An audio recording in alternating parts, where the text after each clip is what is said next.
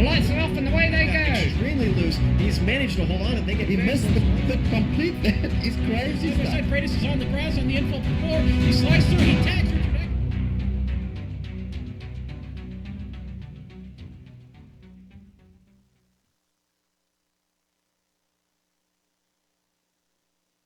Season 3 of the Pacific Majors began with the Predator format, mainly kicking it off with unpredictability and excitement.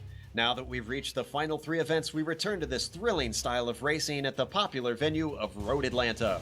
Will the Sandman continue to put the field to sleep, or will we see someone step up to challenge his crushing domination? We'll find out soon as we get ready to watch the Interwest 3M Petite Le Mans live on the Global Sim Racing channel. Hi, I'm Joe Peak. With me in the booth tonight are Bill Soupzon and Richard Losper. Behind the scenes is our director Kevin Brown, and his cameras have been provided by Dougie Beard. Richard, Road Atlanta seems to be a love it or hate it type of track. What's so divisive about this place? Look, I am definitely a lover of this track. We have ourselves 2.54 miles, 4.08 kilometers of never-ending elevation changes. We have one of the tightest blind turns that you will find in motor racing in turn number 3, where you come across a crest, you have to hook left and then hook right. We've got S's. We have got banked turns. We have got massive elevation change. As I said, we've got a blind crest coming across to finish a lap, and then a dive downhill. This track just about has everything. And with 2.5 miles in that 12 turns, Bill, 150 minutes of racing, we are going to see lots and lots of different styles of driving to negotiate this track indeed. Absolutely, and I think we have a track guide that we can run right now to show you what it's like inside the cockpit.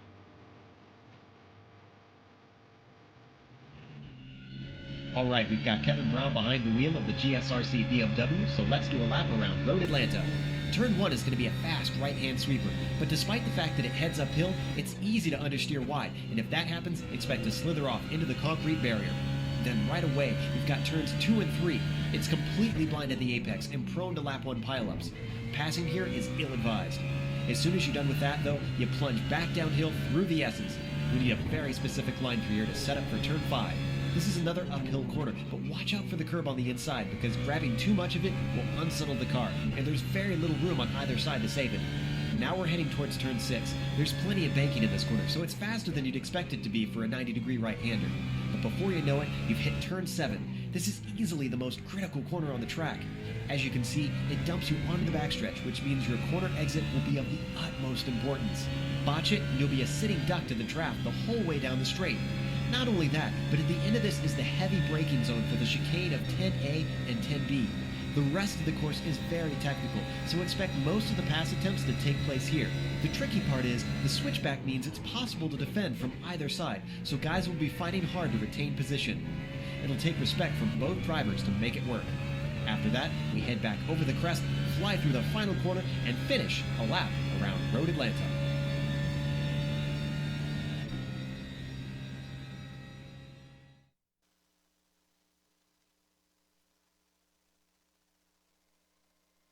So definitely a stark contrast to what we see here today with quite a bit of fog out there. A bit miserable compared to the lap that we just saw where it was bright and sunny, and actually comparable to the real one, which apparently I understand had quite a bit of rain. But let's not talk about that right now. Let's talk about the championship situation, because we only have, including this round, 3 to go, Bill, so it's starting to come to the close. Yeah, well, there's several to do. We'll save the club, the individual championships in the club till the race. Let's start by looking at the Governor's Cup. Now, Northwest and Texas, they've been pacing each other for the last few races, but after the Italian Grand Prix, the Bigfooters have stretched it a 100-point lead up to about 200.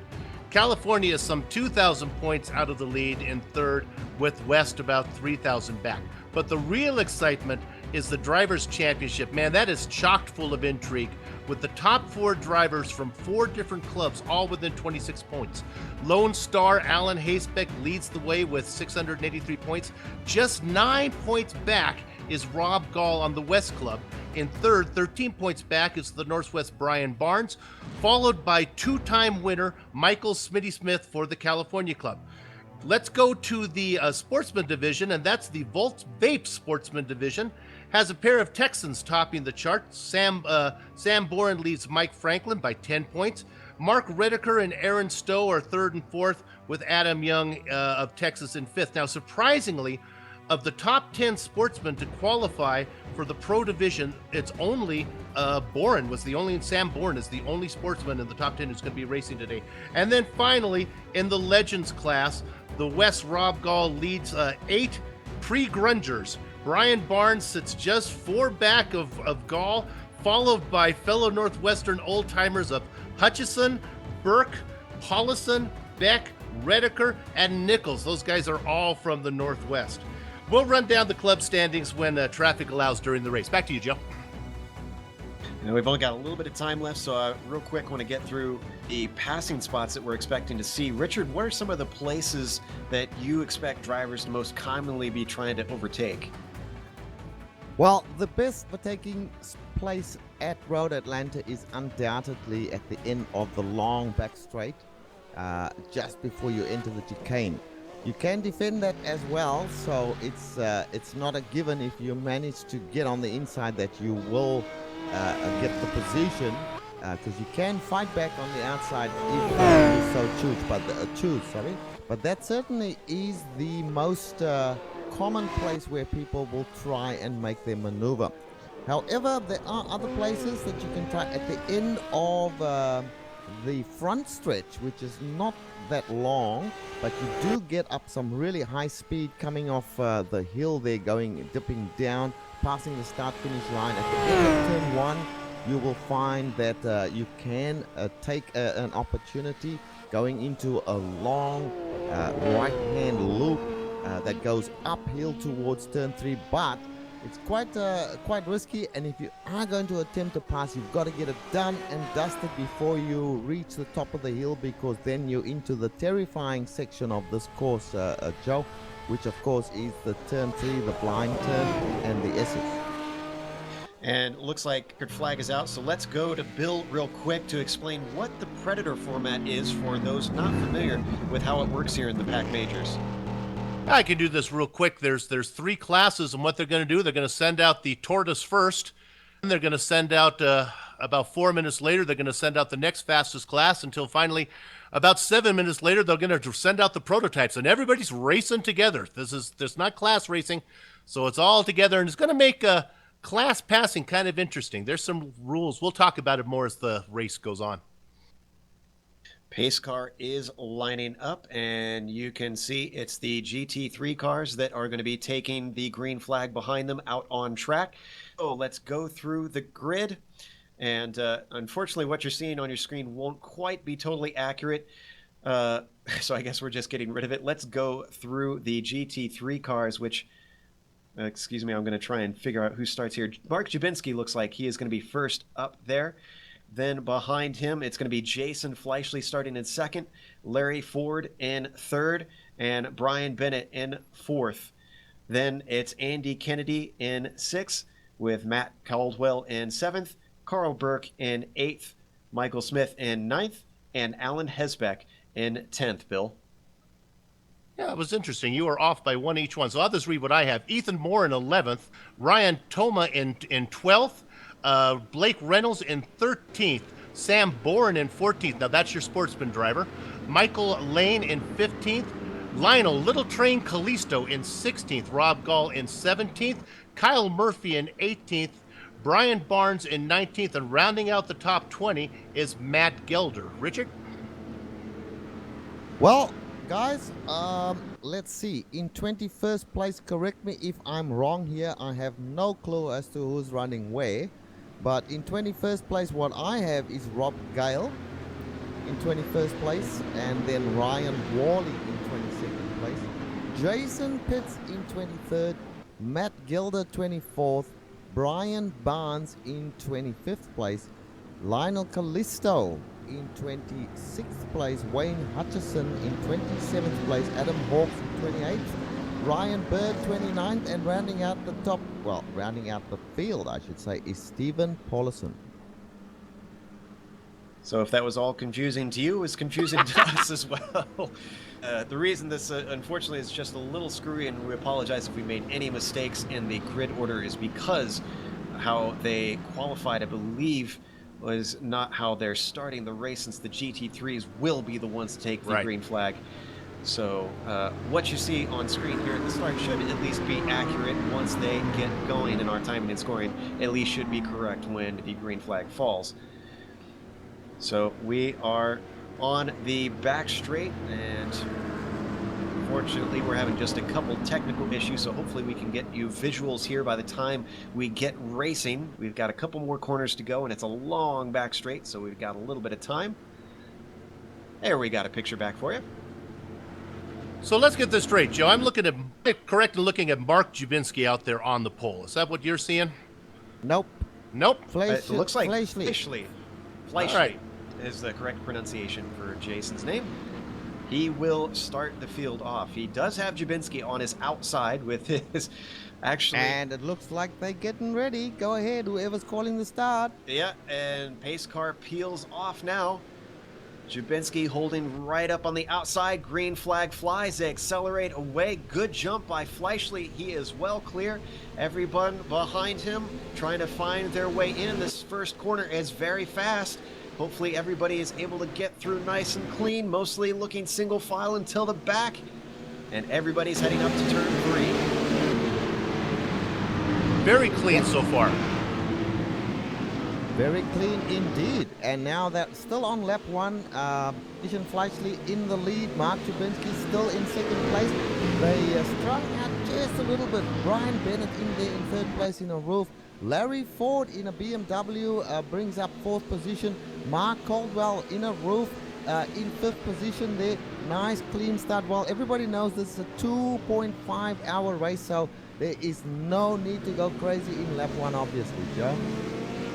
And the other curious thing that we see in this, and Bill, maybe you can expand on this a little, is even though these guys are racing against each other, right now they have quite an overlap, so they might not want to race against each other too much, considering the other classes. Right, there's only 11 cars out there right now. There's 11 cars in this class, and they're going to get about a 4-minute head start. The rest of the guys are waiting in the pits to come out now. Whoops, when I'm looking at Ethan Moore is off. He was at the trail end running 11th. And that's what we want to talk about, Ethan. You want to keep it on the track right now. This is where you want to make hay, baby, while the sun is shining in those hot laps before those the Predators start hunting. And he almost ran into Scott Gruber at the tail of the pack. It sounds like we've got a pass into turn 1. I'm trying to see who that is. It's Carl Burke, it looks like, in 8th place.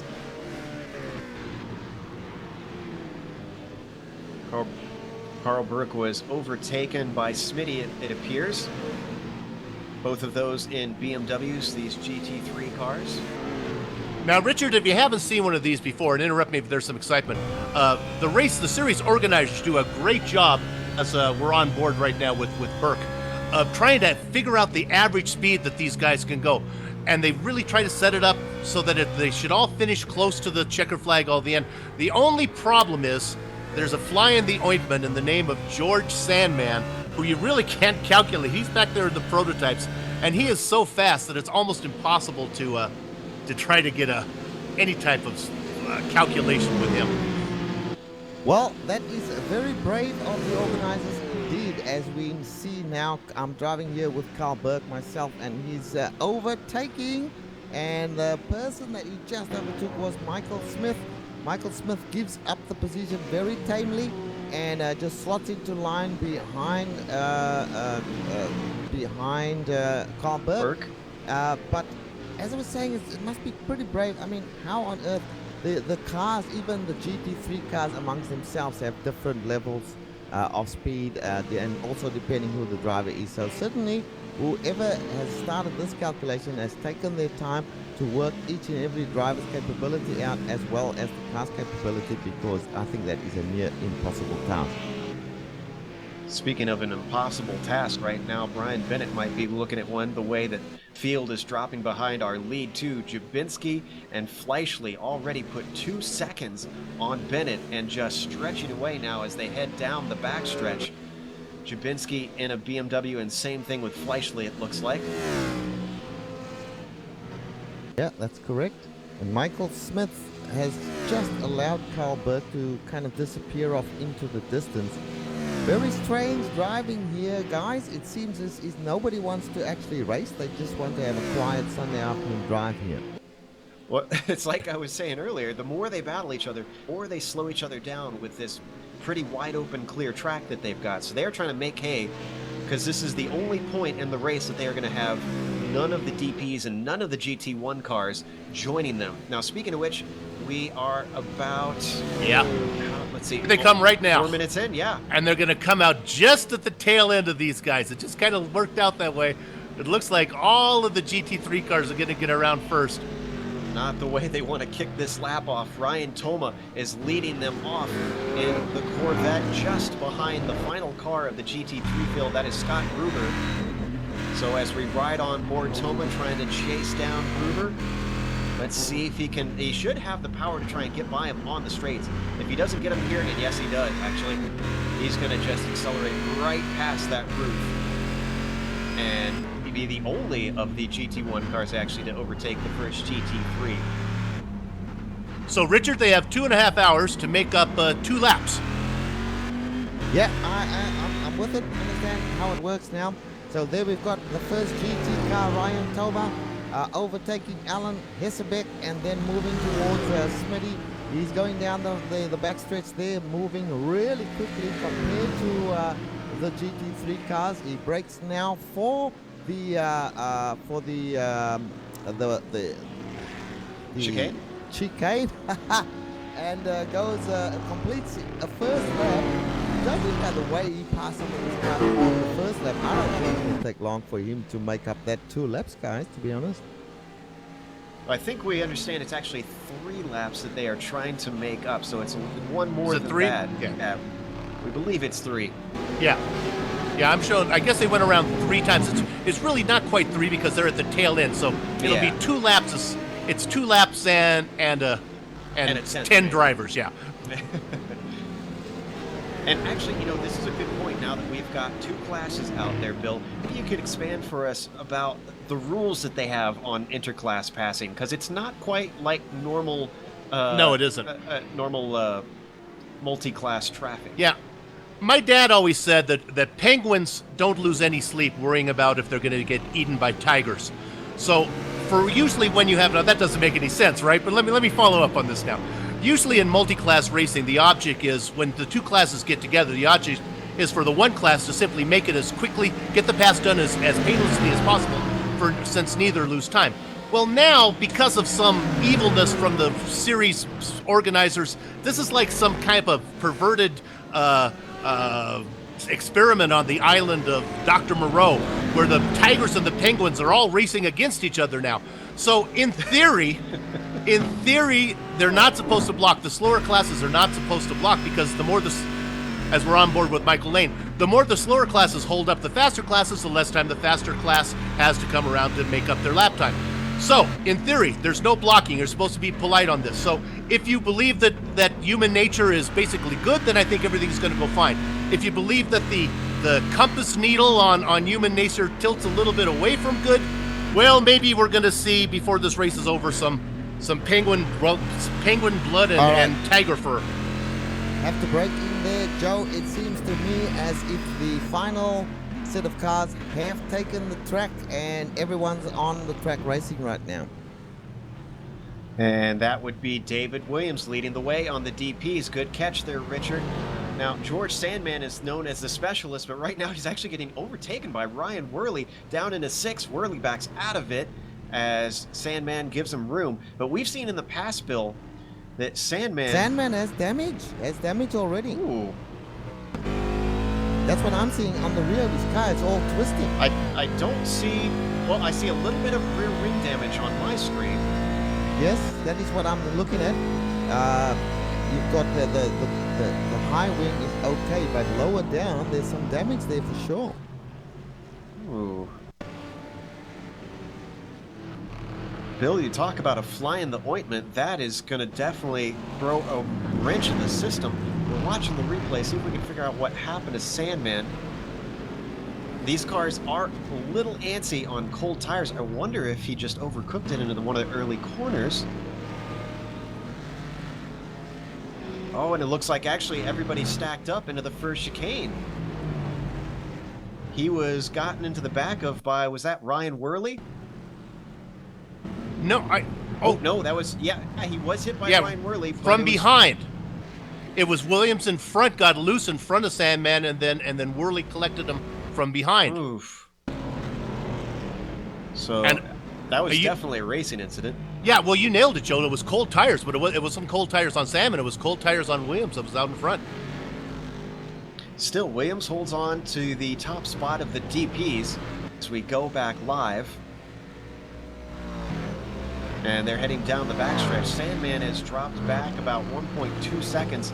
He actually still has Ryan Bird behind him. So what happened to Worley? Worley's out of the race. Oh, wait, no, he's back in. Excuse me.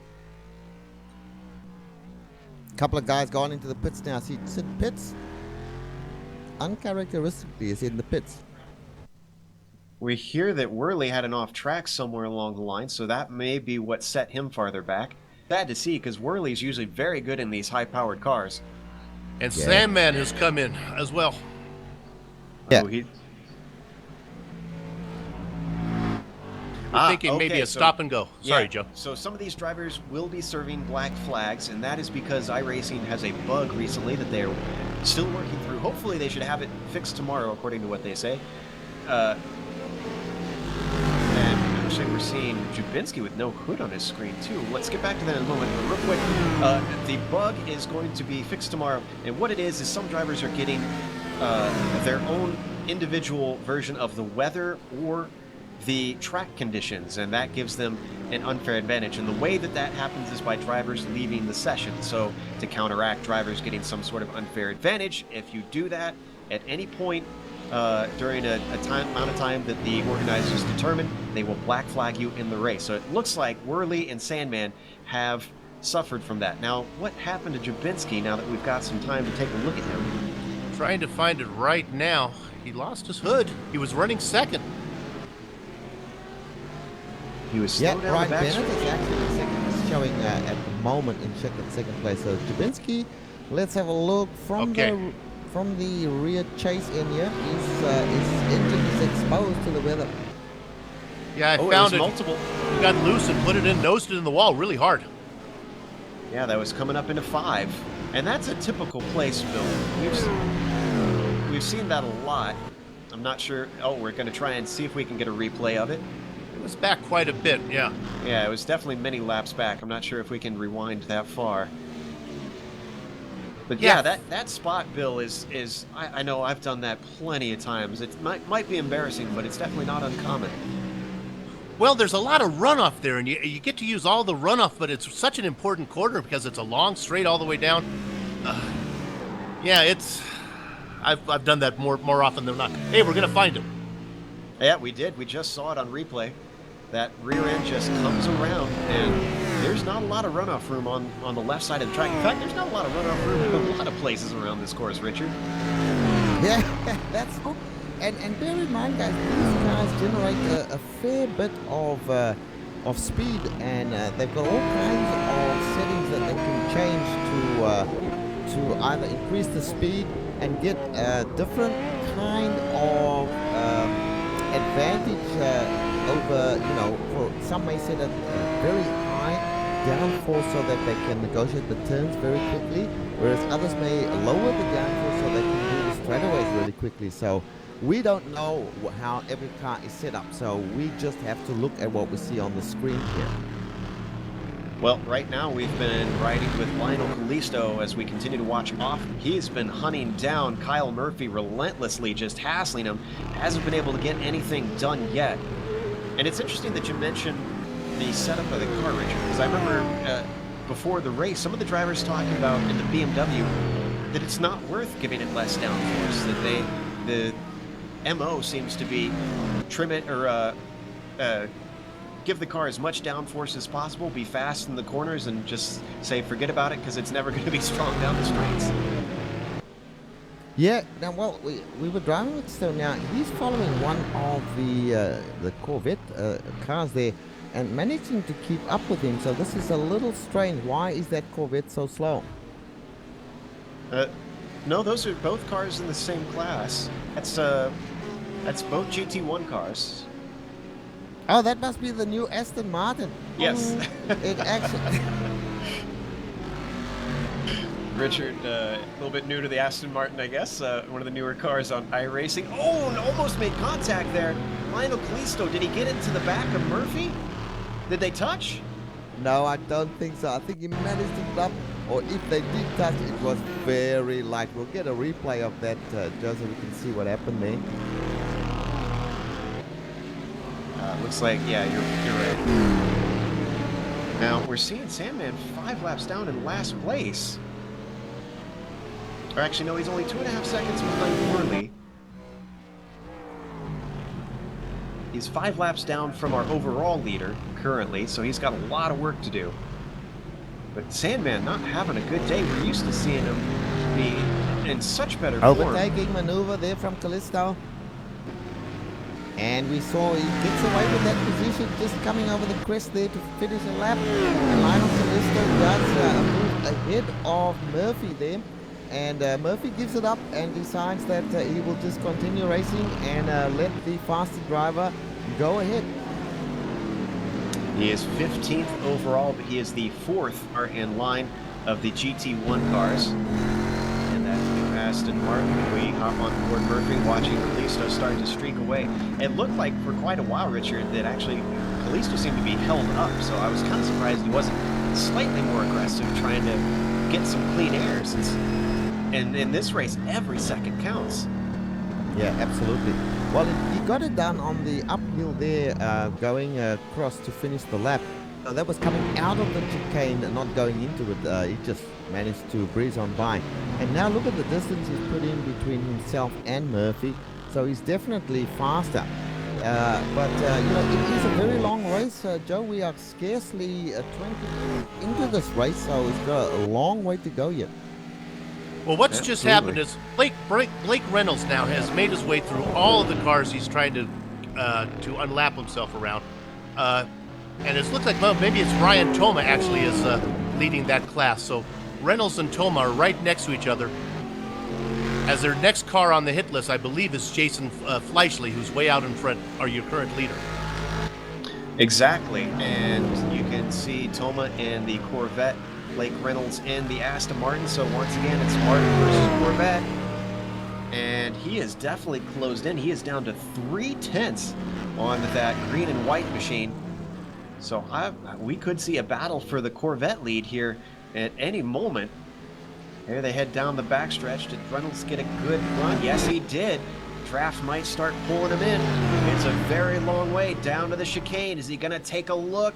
He's down to 1/10 behind him. He takes a little bit of a peek as they head around the bend, now down the hill, into the braking zone of the chicane, but he holds back. He could set himself up for a pick, though, Bill, with Fleischle coming up. Yeah, now there's your overall leader is Fleischle, and these guys are basically your leaders in the other class, even though they're on knuckle. Whoa! And there's a move for Reynolds going to be able to get a good run there. Toma, he backs out of it though. Toma had a huge slide coming out of that final corner, somehow held onto it. Great car control to cover that thing, although I'm sure his tires are not feeling pretty good after that. Still, they are held up behind Jason Fleischle, our GT3 leader and overall leader currently, and this is not doing well for time. Once again, bad exit for Ryan Toma, and once more, Reynolds not able to capitalize, having to check up, coming over the crest, and still stuck behind the leader. Okay, now this is your penguin and your tiger scenario here, with Fleischle being the penguin. Now, I think they're going to be able to horsepower around him right here, but all the time that took is a little less time for them to make it all the way around. They got 2 laps to go to get him. Yeah, it's an interesting sort of scenario for the GT3s, because even though you're not allowed to block, you're not allowed to make defensive moves, you don't have to get out of the way. Yeah. So you just hold your line probably a little bit more than maybe you normally would in multi-class, and sit back and smile because you know that you're keeping them from making any more progress on you. He did a bit blocking. Well, blocking, but you're not doing anything out of the ordinary. I think that's the main thing, is they're not looking for you to anything out of the normal racing line. And here we have the first of the GPs, David A. Williams. He is now in amongst traffic, and just in front of him, on the front stretch, we have Michael Lane. And let's follow his progress. He's leading the DP class. How will he go through? Going to turn 3. Wow, he's pretty aggressive. They're trying to get through, but at the same time, well in control by the looks of things. Now they go down through the S's. Let's keep an eye on Mr. Williams. That turn 5 here, Joe, that terrifying left-hander where you can so easily go very wide, and if you get into the sand trap there, you can have a nasty accident, because it will fling you straight across the track if you do it wrong. Now he's past 1 and he starts to come up on, and he has to brake hard. The cars are a lot slower in front of him right now, and that's Rob Gall, I believe. And Rob Gall is overtaking a slower car as well, so a little bit of confusion. This is an unbelievable format, Joe. All 3 cars in one spot makes it really tricky. Here goes Williams on Rob Gall. Going to slip to the inside, take one more position, and unlap himself there from the, I believe that's it's hard to tell from the angle that I'm looking at with this fog. That's a Corvette, yes. There we go. Yeah, will be the Corvettes. Yeah, I was trying to think back, Bill. Who was the driver that was super aggressive that won overall at Sebring in this same format in the HPD? Remember, he said he was making moves that he never would do in a normal race situation, but he knew that he had to hustle to try and get the win. Yeah, that's the whole thing. These guys, it seems like they're an eternity back in the prototypes. As how many laps are they back? Let's see if we can. They're sitting 5 laps down right now. So yeah, it's just it certainly is craziness going on. I think we got to point out though that what Fleischle is doing is amazing. He is 16 seconds up on Brian Bennett in the second place car overall. So he's putting him up and picking him up and putting him down. Yeah, well, I gotta say, Joe, just before you go ahead there, 15 seconds. I was just looking at that at the same time whilst Bill was looking at it, and it was strange to me. Those are cars in the same sort of speed. They're both GT3 cars. A gap of 15 seconds seemed enormous. Sorry, Joe, go ahead. It's quite big. Oh, and we got a spinner. Smitty spins it coming out of 5. He was being hassled by Scott Gruber for quite a few laps there. Finally made a mistake and loses it coming over the crest. He's got significant damage. Yeah, no contact by any of the car. That was just a mistake, and he hit it in the wall pretty hard there. Nosed it in tough. Disappointment for Smitty. He's the only driver to have 2 wins so far this season. Tells you how difficult it is to be good in actually, no, wait, I take it back. Do we have a second 2-time winner at Monza? I believe so. I think Smitty is the only 2-time winner. Yeah. So just tells you how good you have to be in so many different cars. So let's jump back to Hesbeck. Now in his roof, trying to chase down the car of Andy Kennedy and his BMW. Just about a gap of 1 second between those, and this is for 7th and 8th overall. Hesbeck just giving the Apex a complete miss there over 3.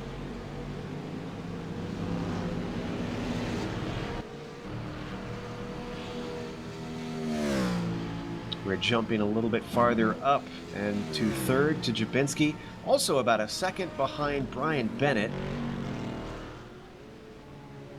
These two holding down 2nd and 3rd at the moment. We jump on board Jabinski, still missing that hood, but not doing too bad sitting in 3rd. I guess that car is aerodynamic enough.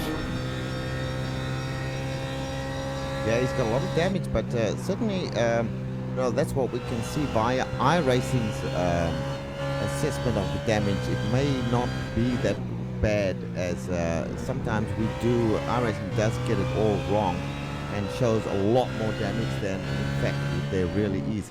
So at the moment, Jabinski is quite capable in the car and looks as if he is catching up to Brian Bennett, or certainly he's keeping pace with Brian Bennett. And bear in mind, this is the overall 2nd and 3rd places we are talking about here, John. We have a correction. It was David Williams was our second two-time winner. He won. He was the one that won in the HPD that had to be super aggressive at Sebring, and he took a And he won it at Monza. Meanwhile, we got a pass for 17th. This is Rob Gall and Michael Lane, both cars in Corvettes. Lane outbraking him down in the chicane. Can he get it turned in? Nice and easily, actually. Beautiful job from Lane there defending. Yeah, nice job. Now he has moved up from 17th position. Well, he's in 17th position now, Lane, just having passed the goal. But these guys are still 3 laps down on the leaders. We have seen some passes between the different class of cars, and but you know, the closest that we've got is that Michael Smith is now only 1 lap down on the GT3 cars. So it's gonna be interesting to follow. Well, Michael Smith is in a GT3 car. Yeah, he took it into the pits after he looped it into the wall. And they get 1 fast repair, so he's going to get his fast repair and come out. Hey, let's go back to 27th position, George Sandman. I know this seems silly to be looking to somebody in 27th position, but he's still in the hunt here, boys. He's got a fresh car. He's got around a couple of the prototypes. And now here's Sandman making a move on Hutchison right now, moving into 26th position. I know Actually, it seems he's still in 27th. Hutchison is now a lap down for him. Or wait, no. He passed him for 27th position, excuse me.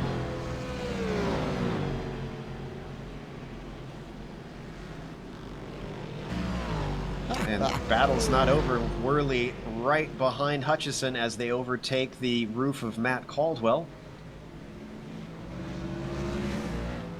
Well, I'm having a look now at the different classes. I've got a screen here that I can clearly see who's in the car right now. So the GT3 cars, you're quite correct, guys. Michael Smith is the last of the GT3 cars. And then Ryan Thoma leading the Corvette class, if you like, along with the Aston Martins. In fact, here comes the pass. Thoma looking inside now. I think if I got this right, it looks like Thoma's going to try to pass for the lead of the Corvettes or the GT1s. Not going to get it done. These guys have been running 1-2 for quite a while, just trying to put down some fast laps. This has got to be frustrating for Thoma to have to deal with this. He just wants to go as fast as he can, try and run down our GT3 guys as we ride on board with the 12th overall driver. And you can actually see in the mirror, Blake Reynolds just all over that rear spoiler. Not really a passing zone down into turn 3, but look at this traffic up ahead of them. That's Ryan Thoma and Matt Gelder.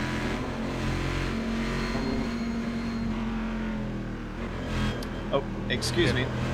Matt Gelder and Stephen Paulison. Yeah, those are other cars, the same class that they're racing with now. They are coming up in front of Stephen Paulison is Scott Gruber. Now let's see where Scott Gruber is in the scheme of things here. He's 8th overall? Yes, 8th overall. So these guys are moving forward and slowly inching their way up to reducing that lap deficit that they have, Joe. It'll be interesting to see if it all works out according to the administrator's plans. I'm here to toss a coin and say, no, that's not going to work out that way. Ooh, and getting all kinds of mixed up as they put a lap on the same class coming through the chicane. Certainly disadvantaged Gelder, who had to get way out of it to let Reynolds and Thoma by. Now they're going to gain on Gruber, who is in the GT3 class, and breeze on past on the front straight, or at least Thoma is. Yeah. Puts a car between himself and Reynolds. That's going to help. Yeah, that will indeed. They go through turn 3. Ooh, a little bit of Blake Reynolds got a little bit skew there, but managed to gather it up, no problem for him. So Blake Reynolds chasing Ryan Thoma, who in turn is behind Stephen Paulison. And these presumably are racing for position. It certainly looks that way. So let us follow and see what happens here. Nice job by Paulison there, kind of surrendered the corner. And just to make it more complicated, now have David Williams coming up behind them as well. Yep, in the DP. So this will put the cat proverbially amongst the pigeons.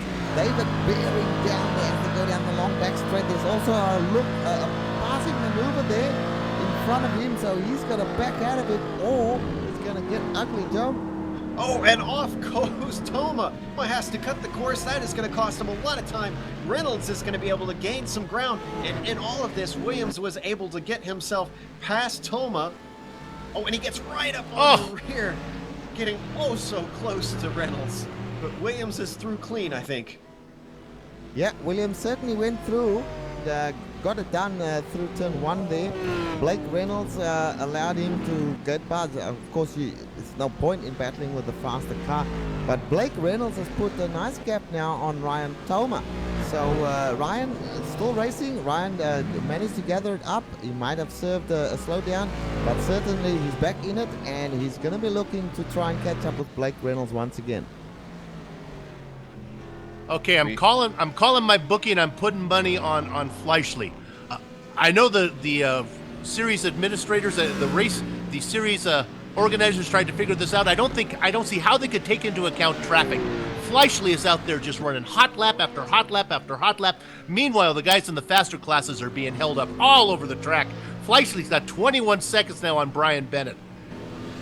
Well, I have to imagine they try to take that into account, but the thing you have to remember, much as they're slowed down by passing the slower classes, the slower classes are slowed down by being passed too. That's so true. The street goes both ways. Yeah, that's quite correct. I love this format.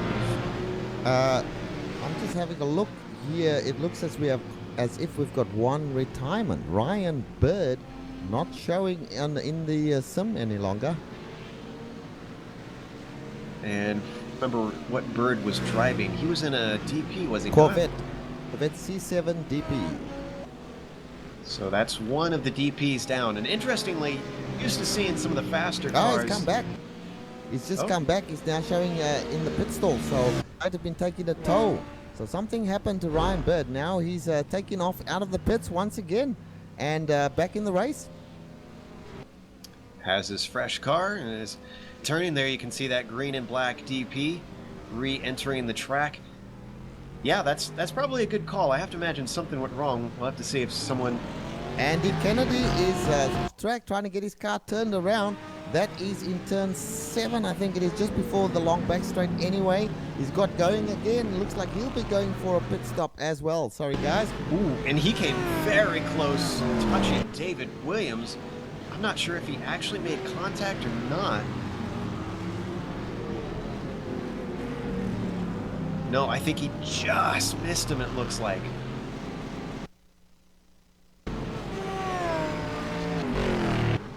We're going to look at and see what David Williams saw. That had to be a bit of a scary moment if he knew that he was losing it. I don't think he could have seen him unless he had a 3-monitor setup.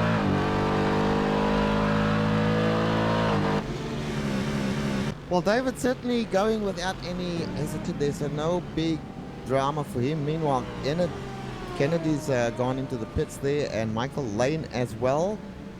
2 cars have gone into the pits. One of them is a C6R and the other one a BMW.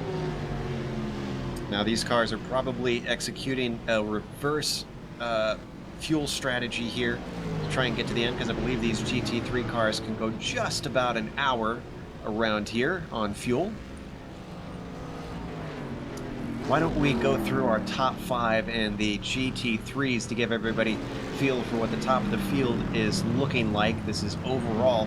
Bill, what's our overall leaders in order right now? Okay, you got Jason Fleischle ahead of Brian Bennett by 22 seconds. Hardly getting going through some traffic right now as they're going around him. Then you have Mark Gugujubinski. Now, I was going to drop that nickname, but he painted it on the back of his car, so apparently he likes it. So I'm going to learn to pronounce it better. Now, he's running in 3rd position. He's got 15 seconds on Larry Ford, who's in a close battle with Matt Caldwell for 5th place. So Larry Ford's only got about 1.2 seconds above Matt Caldwell. So there's your top 5, and those are your actual leaders right now. It's hard to tell where they stand in relationship to the other classes. Well, I can further say that Carl Berg, of course, he's in the BMW. He's 58 seconds back. So you called that already there, Bill.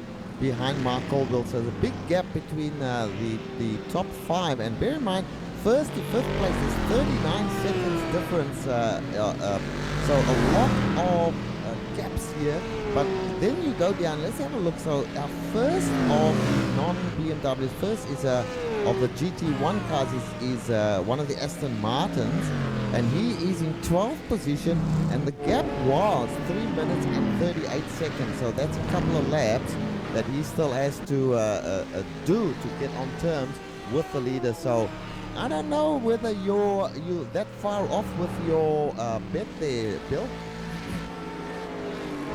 Yeah, Blake Reynolds is on the same lap as Andy Kennedy now, so he is able to try and track him down at least and see what the gap is in seconds once he gets around track close to him. However, now that we have passed about a half hour into this race, we are going to take a short break. We'll be back after a moment for the rest of the Petit Le Mans 10th round in the Pacific Majors.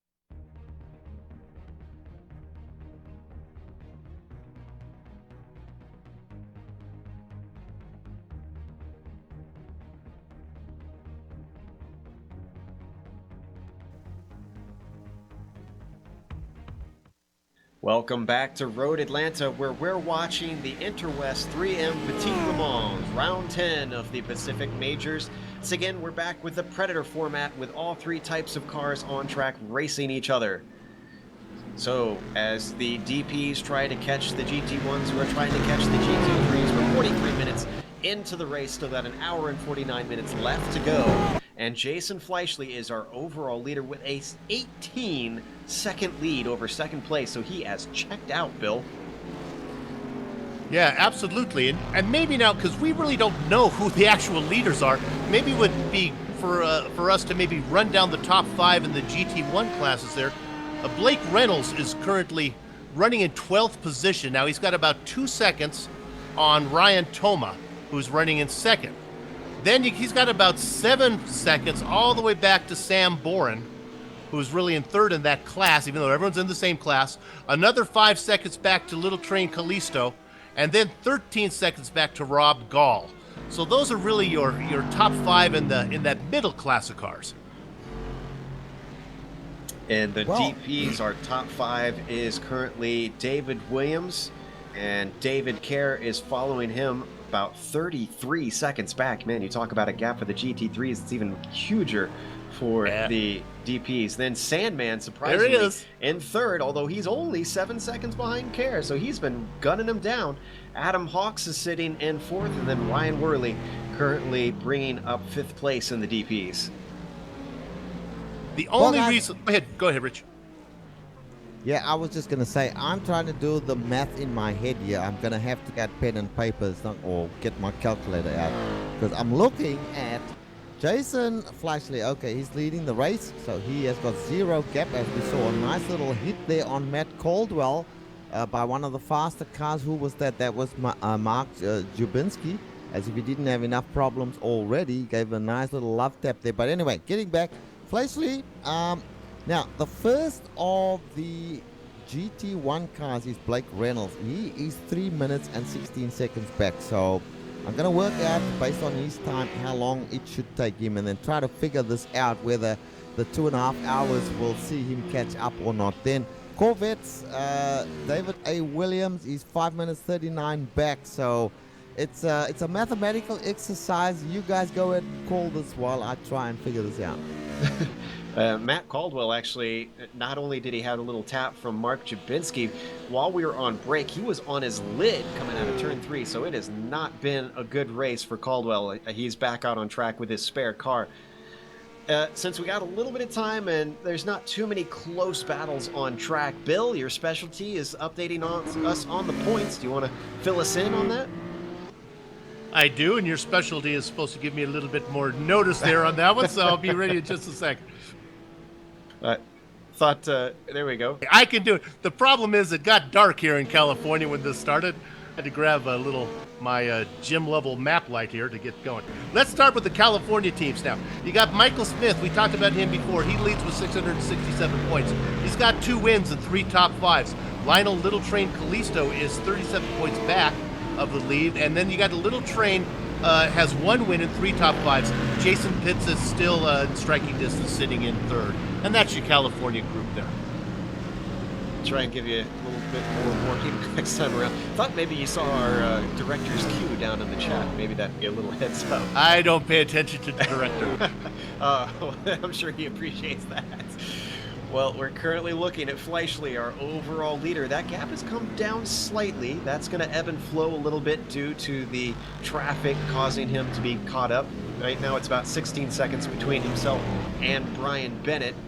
Bennett running the roof, if I'm looking at him correctly. Actually, yes, he is in the roof and is chasing down Fleischle, who is in the BMW, who is currently trying to get his way past... Oh, wait, no, Stephen Paulison was working his way past him. Excuse me. A lot of cars to keep track of out here. Certainly are. And news is that Jabinski is slowly catching Brian Bennett. In the last lap alone there, it looks like he made up at least a second or so on Bennett. So look for a battle to develop here for the overall second position in the not too distant future, guys. Hopefully Jabinski can head in and take his spare car pretty soon. Is about 48 minutes into this race, and he hasn't taken a stop, I'm pretty sure. So we're thinking, what, maybe 55 to 65 minutes that these guys are looking for a pit window in the GT3s? Yeah. We're hearing Yeah, information yes, from the you're quite McLaren, correct. which doesn't totally help us. Yeah. Look, he hasn't done a pit stop yet. In fact, all of the GT3 cars have not done a pit stop. Perhaps Michael Smith being the... Well, there's a few that have done, but I mean, all the top runners, the first 10 or so, have not done a pit stop. So they're all out there battling for position and trying to maintain their pace. But now we see that Brian Bennett is being held up a little bit by another car in front of him. Not quite sure who that is, but that's going to give Let's jump to Dubinsky Michael an Smith, opportunity. actually. Michael Smith has two DPs right behind him. That's David Williams and Wayne Hutchison. And there was a big moment where he almost saw a 3 wide down into turn 6, but thankfully they backed out of it. There might have been a little bit of contact in all of that.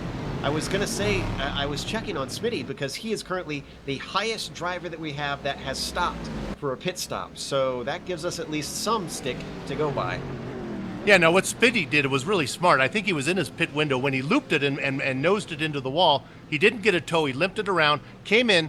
They get one fast repair, so he's got a nice clean car and he's got his pit stop under the way. So he's really not he's not out of it. He's still in the hunt, just on a different cycle. Guys, let me just jump in here. Bennett a lap on Ethan Moore, and now Dubinsky's just passed Ethan Moore as they start a new lap. And that has actually lost Dubinsky a little bit of time over Brian Bennett, who seemed to get past a little easier. But the battle is still on. There's a definite visible gap now between Dubinsky and Bennett, and you can see Dubinsky closing up through turn 3 there. Now they go through the S's, and Dubinsky, Brian Bennett pretty good through here, maintaining the gap at this stage, going up towards turn 5. Now we'll see if they can. Yes, you can see that Dubinsky gets a nice launch out of turn 5 there, definitely catching Bennett at this point.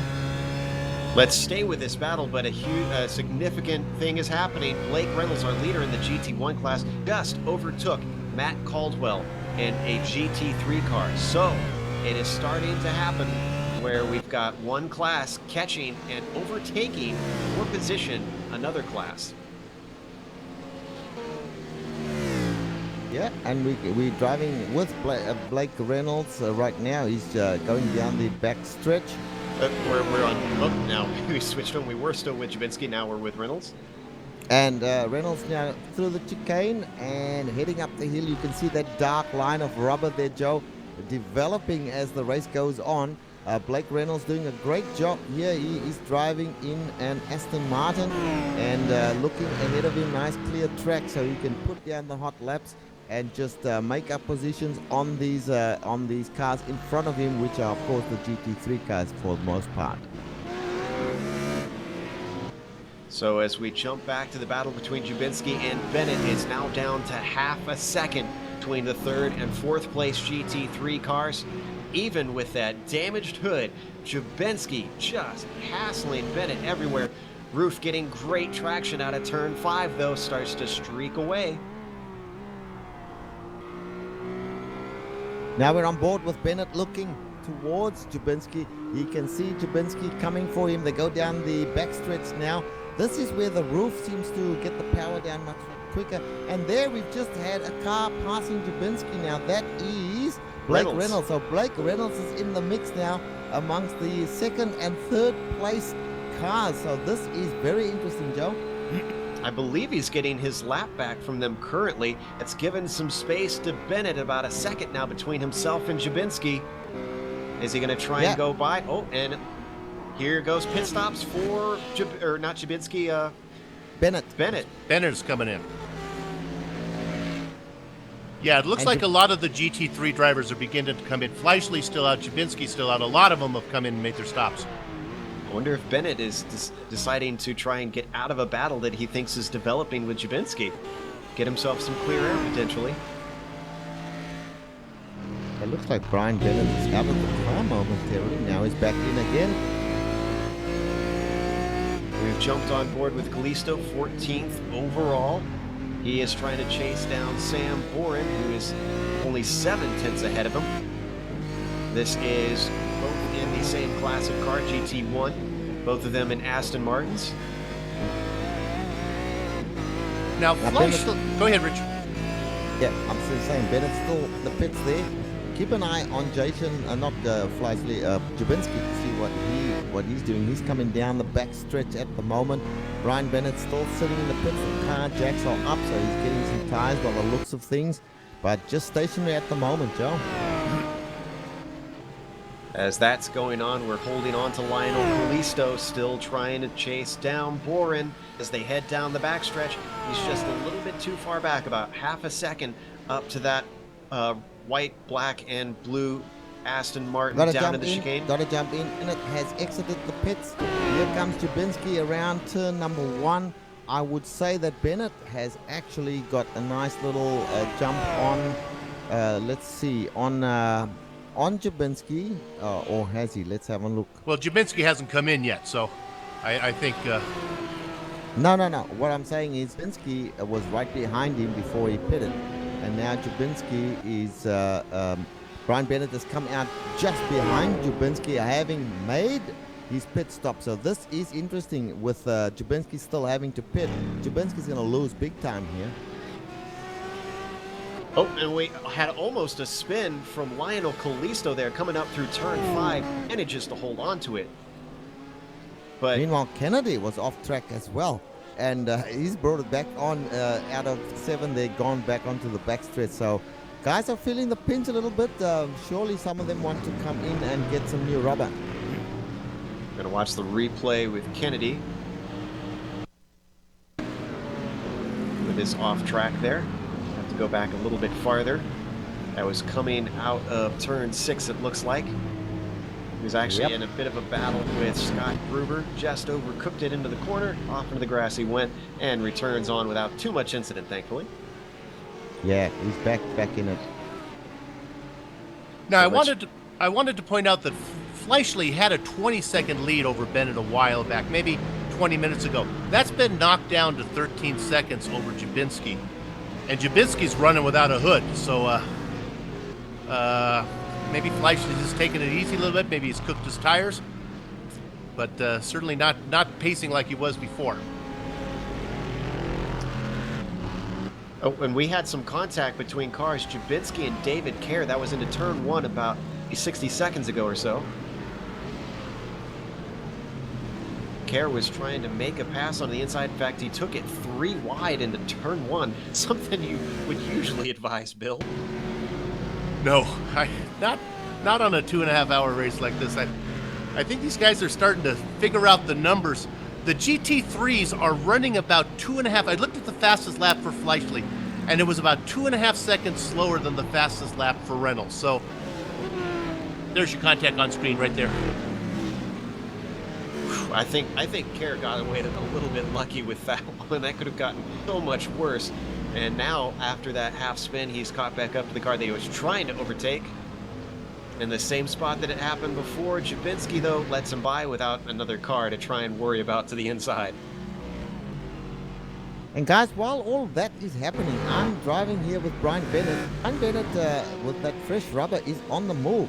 He's currently sitting in 4th place. In front of him is Alan Hessebeck, and then Mark Jabinski and Fleischle now. These guys are not that far ahead. Mark Jabinski is only 2 seconds ahead of Alan, and Brian Bennett 5 seconds back from that, or 6 seconds. So he is on the move, having that fresh rubber. So it's going to be very interesting. I think Bennett's a lap down. Meanwhile, we're going to 11th, 12th, 13th, and 14th on a tight battle going on. Yeah, that is a battle between Caldwell and Kennedy. Kennedy getting a terrible exit out of corner number 6, and here comes Callisto and Boren streaming their way through. But that position number 13 is going to go to Matt Caldwell as they lose 2 more to the GT1 cars with their extra power down the backstretch. And Bennett still trying to unlap himself from Fleischle, and it looks like he should be able to get this done when they go down the backstretch once again, because bear in mind, Fleischle has not made a pit stop yet. Neither has Mark Jubinski or Alan Hesselbeck. That's your 1, 2, 3 at the moment. And Bennett on the fresh rubber, this is his opportunity to unlap himself. And then, of course, when these guys pit, it will be interesting to see if he can get into P1 or whether, in fact, he will. These guys will come out in front of him. So, interesting times here for Brian Bennett, being held up just a little bit there. Let's see who's that in front of him. Larry Ford. I'm sorry, we're watching a great battle on screen here between Kalisto and Boren as they split a GT3 car, but once again, Listo being held up just slightly and loses his opportunity. They have been fighting for 11th and 12th position like mad. And that is Sam Boren in front of Kalisto there. So you're quite correct. This is a battle for position. Here we've got Lionel Kalisto now, the draft pulling him in as they go down the hill at the last section of the back stretch. Now they have to brake hard for the chicane, and Kalisto looking Boren a little like wide. Yep, wide did Boren go. And now they side by side coming down into turn number 10 there, the last turn, and they're still side by side. Joe, can he get it done? I think he might well get it done, but Boren fighting back. It's a hard ass down into turn 1. He had just a nose, and they're very close. No contact made. Powering out of the corner, Boren holds on to 11th. And in fact, Kalisto just had to break into turn 3 there. A little bit harder to avoid touching Boren in front of him. He's lost a little bit of ground going up through turn 5 now. And there, Boren spins it. Boren gives up the spins ghost. Joe, sorry, go ahead. It's okay, we're going to look at the replay. He was doing so good, holding Kalisto back, just withstanding the pressure, placing his car perfect. And once again, turn 5, we talked about how tough it is accelerating off that corner. We're going to see it right here with Boren. And just a little bit too much on the power. Didn't even touch the curb. Yeah, he's going again. Yeah, he's still continuing, but we switched back to Bennett and Hesbeck. This is for 3rd position. He's a little ways back. It's about a second between them. Now they've got a deep V that's going to split them at the last moment. That's Sandman. There's a bee's nest up here. 3 different classes all bunched together. It's crazy. Oh, Sandman gets held up, not realizing that Hesbeck is going to go wide to give him room. And that almost caused Larry Ford to get into him. What is Ford in? Ford is in a BMW. Now, guys, Mark Jubinski committed now for his first pit stop. So it'll be interesting to see when Brian Bennett, how far back he was, whether he can overtake whilst Jubinski's in the pits, or whether Jubinski will come out in front of Bennett. This is going to be what we were waiting for earlier on. Yeah, Bennett actually unlapped himself with those fresh tires. And remember that these pit stops for the GT3s are incredibly long. They have to do fuel and then tires. They can't do them at the same time. So that's why it's almost a whole lap sometimes for these cars to get a complete stop done. Bennett coming out of the now, finishing off the lap. Where is Mark Jubinski? Still in the pits. Stationary. Here comes Bennett coming through. I think Bennett's got this easily. Yeah. Easily, absolutely. Sandman Well heads done. in for his first stop. Mark Excellent Jubinski stuff. just leaving the pits now, Joe, so he's lost a big slice of time there on Bennett. And we'll get a gap once they pass the line, but that was just too easy for Bennett getting that position. So Bennett now moves up on screen here into second position behind Fleischle, who hasn't pitted yet. Yeah, Fleischle has the extra large pit fuel tank that these other guys don't have, I think. So we're looking at a battle for 6th place. This is Scott Gruber and Carl Burke. Burke, the orange and yellow car ahead, and another orange and yellow car. This is nicely confusing. Of Scott Gruber in the roof, chasing down the BMW. Just behind them, that's Andy Kennedy, but he is a lap down, so he is not in this fight, even though he's in the same class. Now, interestingly, Alan Hasebeck managed to overtake Jubinski, but he has yet to take a stop, according to my timing and scoring. So that shouldn't be for position, since they are off strategy. Well, here's an interesting fact, guys. Bennett, last time by the line was 1 minute and 17 seconds. Now 1 minute 13 seconds. Fleischle has gone into the pits. And the lap times, the fastest lap's around 1:22. So it's going to be very close whether Fleischle will come out in first place or whether Bennett will, in fact, assume the first place now that Fleischle is in the pits. I don't think Bennett was going to be able to get 17 seconds in the pit stops unless Fleischle really ran into a whole bunch of traffic. And I think that's really been the difference between Bennett and Jabinski. There was about 10 seconds between them when Jabinski came out of the pits. And meanwhile, we see a Gruber head off track that was coming out of turn 1. That is going to hurt him in his attempt to try to overtake Kohlberg, who has lost a lot of ground to him now, about 3 seconds up to his car. Fleischle still sitting in the pits there. He must be chewing his nails off at this time. Brian Bennett coming down the backstretch there, heading towards the chicane. Fleischle still sitting in the pits. Nothing happening at this point that we can see. Brian Bennett coming through the chicane now, starting to finish off that lap. It's going to be Fleischle's close. leaving. No, I think he's got him. He gained a lot of time, an impressive amount of time, though. As Fleischle heads out of his stall, it was about 16 seconds before the pit stop. Now it's down to 6 seconds. So that must have been fresh tires. Yeah, Bennett has really been charging, and he's had a bit of luck that he's had mostly clean air in front of him. So he's still, however, as you say, has about a 6 second gap to make it to Fleischle.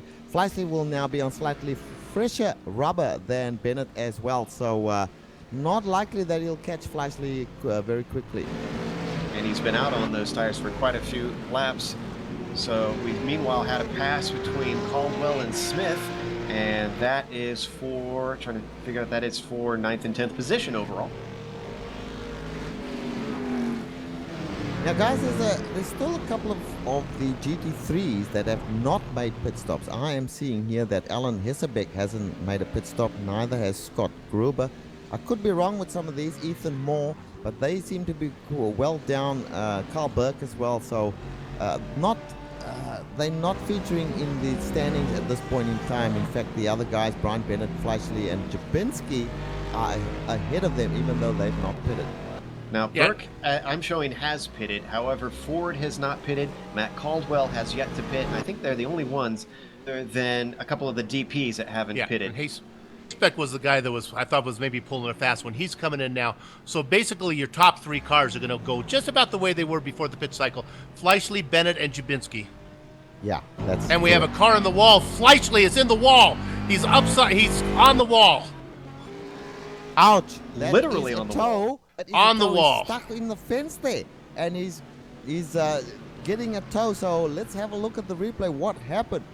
Oh, he's coming through the S's. Now, did he get loose? We're going to look at the replay. Yeah, it looks like he took a little bit too much curb, and the BMW got a little loose underneath him, and then she went for a tumble. Oof.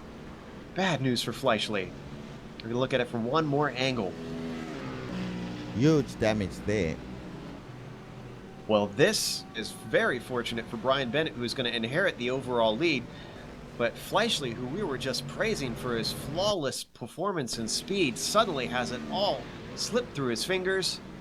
And this could still come back to him because he's taken his free car, but that's definitely not going to help his chances. He couldn't drive it back, so he had to take a tow, so that's going to take him a long time. That's an hour, a big plan. 1 hour, all the plans down the drain now, I think, for Brian, for Jason. Well, now we can go down the standings. Brian Bennett is now certainly in first position, leading the race at this point in time, with Mark Jabinski in second place. So that's your top 2 there.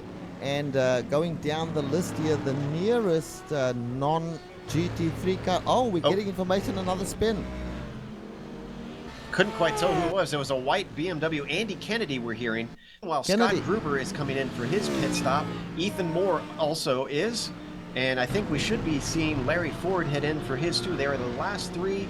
Oh, and Matt Caldwell also in the GT3 class has yet to pit. So There we saw the spin of Andy Kennedy. That was coming through the chicane, hard hit, and the hood of his BMW is missing. He actually doesn't drive it back to bits. He takes a tow. Dear, oh dear. All unwinding at the moment here. Kennedy, Fleischle, these guys not doing well. Fleischle still waiting on that toe to finish up, so he's losing a lot of time and he's probably kicking himself. Meanwhile, battle for 8th place overall on screen. This is Matt Caldwell, Carl Burke, and I'm trying to see Carl Burke, Matt Caldwell, and behind them Sandman is coming up. So this is just between two GT3 cars. Meanwhile, guys, Ryan Thoma. I was about to talk about Ryan Thoma. He is currently sitting in 6th position overall, but he's the first of the GT1 cars in that Corvette. And at the moment, let's see, he's a minute 47 behind the leader. So if everything works to plan for Ryan Thoma, he should, by the end of this race, get the lead, certainly over the GT3 cars. What we need to work out is where the DPs are in relation to him, so we can see who might possibly win this race. You're looking at that battle there with Burke, and of course... he's got to run. Oh, but he backs out of it. Well, quickly, the director, while we're talking about him, he's in the Northwest Club. Maybe the director can bring up the Northwest standings. We'll get that real quick. Brian Barnes is the leader there with 34 points to the good. Wayne Hutchison is tied with Burke for 2nd place. And actually, here goes Caldwell. They're And side there's by a side, pass. 3 wide, actually, with Yeah, I Jason saw Pitts that. splitting them. But easily done by Caldwell. Sorry for the interruption as he That's takes fine. over 7th place. There you go. Burke gives up that position there. Of course, he's in the Northwest class. Al Murphy and Stephen Paulison round out the top 5 in that group. Yeah, Carl Burke just gave up that position, falling back now. He's in the BMW there, Carl Burke. And look at what he's got on the rear end of his car. Feed the beast, it says. Well, let's see. Who do we have as our lead GT1 car? I'm trying to figure out. Blake Reynolds appears to be the first one in line. He's currently 10th overall.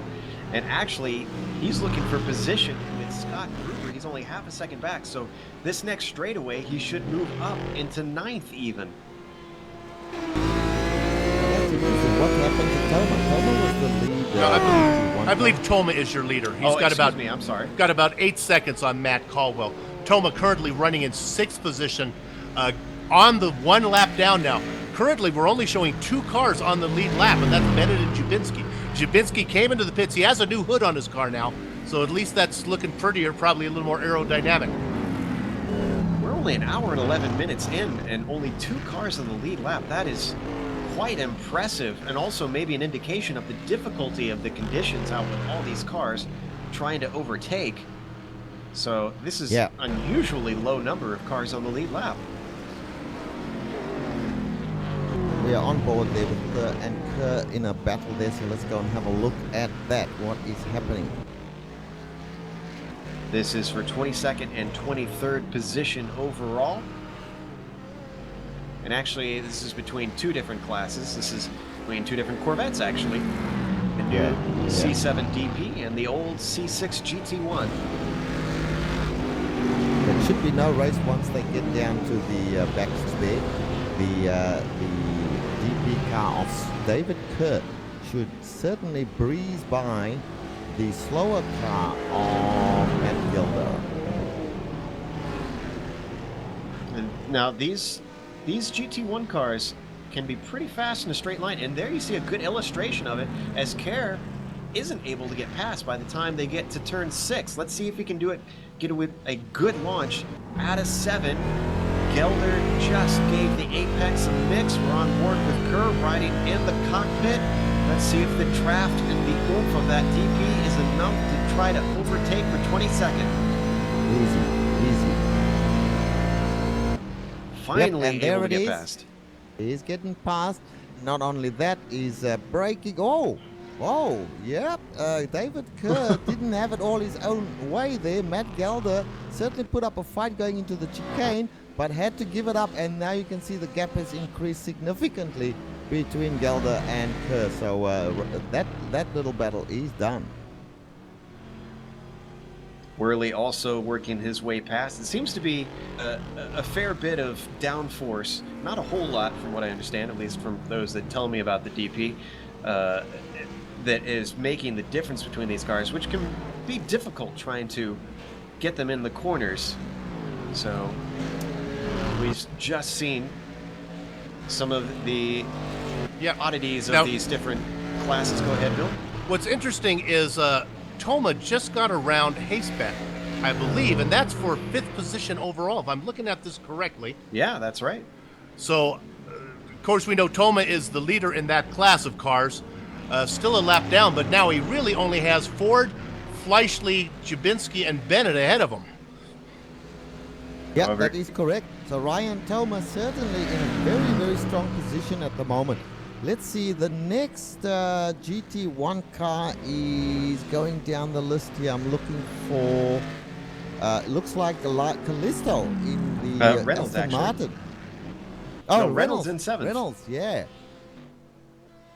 In fact, Reynolds is in 7th position overall as well. So the two of them, Toma, let's see. The gap between Toma and Reynolds at the moment is about 37 to 48. About 11 seconds to 12 seconds.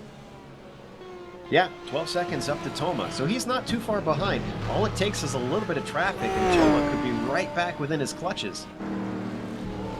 Yep. Meanwhile, Ryan Toma is doing battle here with, who's that? That's Murphy in front of him. Murphy's 2 laps down. So Toma getting past that one. He's got another car in front of him, slower car. He has to back it off a little bit as they go past the slower car, who now they get into the chicane. Ryan Toma just takes his time, gets through the chicane, and then goes by Larry Ford, who was the car that was holding them up slightly there. Ford in a BMW in the GT3s, hence why he was slower. However, Murphy is in the same class in a Corvette, so he's having a little bit more trouble trying to put him a lap down. Murphy not being too cooperative at the moment to try and just give that one up. So here's one for you, Bill. Are there any rules regarding passing between the same class cars? I think it's just what needs to be polite. No, same class cars a lap down. I would think It's you'd want to give it up. normal Normal rules, yeah. You know, we're on board right now with Ryan Toma, and he is flying. I want to give a shout out as you keep on that car there. Can't forget about David Williams. He's got quite a big difference between him and Chris Beck, the second place car in that class. But Sandman is beginning to start to close in on Beck a little bit, running in 3rd. Actually, this trouble with Murphy is significant because right now the gap between Toma and Reynolds has come down to looks like 9 seconds now. Wasn't it about 12 before? Oh, and Toma actually goes off, trying to get around, out-braking Murphy down in the chicane, holds onto it just barely, and now he can finally stretch his legs. Yeah, a little bit of drama there. Been watching the leader in the DPs, which of course is David A. Williams. Now he's got a gap of, let's see, the second place over George Sandman. So we've got 322 versus 406. It's almost a minute, so there's no, that's a huge gap there. So certainly now driving along with David Williams, he's up behind one of the GT one cars there, and I missed out who that was. Looks Matt Gelder? It was Gelder. So he's moving forward. So he, in his own race, even though David Williams is listed as 2 laps down, he's got an opportunity to win this race overall as well. And being the driver that he is, and he's really effortlessly just passing cars right now, he might make it, Joe. This is going to be very interesting as the laps close down. It looks effortless right now, but we're seeing a fair bit of damage on Williams' car. Somewhere along the way, he made contact with something. That, I believe that's on the right side of his machine. Well, what's interesting about about the Fighting Marine David Williams. He doesn't really know who he's trying to catch. I mean, is he trying to catch Brian Bennett? Or I think he's really going to have to try to catch Ryan Toma, because I think Toma has a good shot at catching Bennett here by the way that Toma's running. Yeah, you're spot on there, Bill. That is exactly right. The other news is, even though it's only less than a second, Jabinski is catching Bennett as well. So Jabinski on the move, and Ryan Toma on the move, and David Williams on the move. So this is going to be fascinating as we get to the end of this race.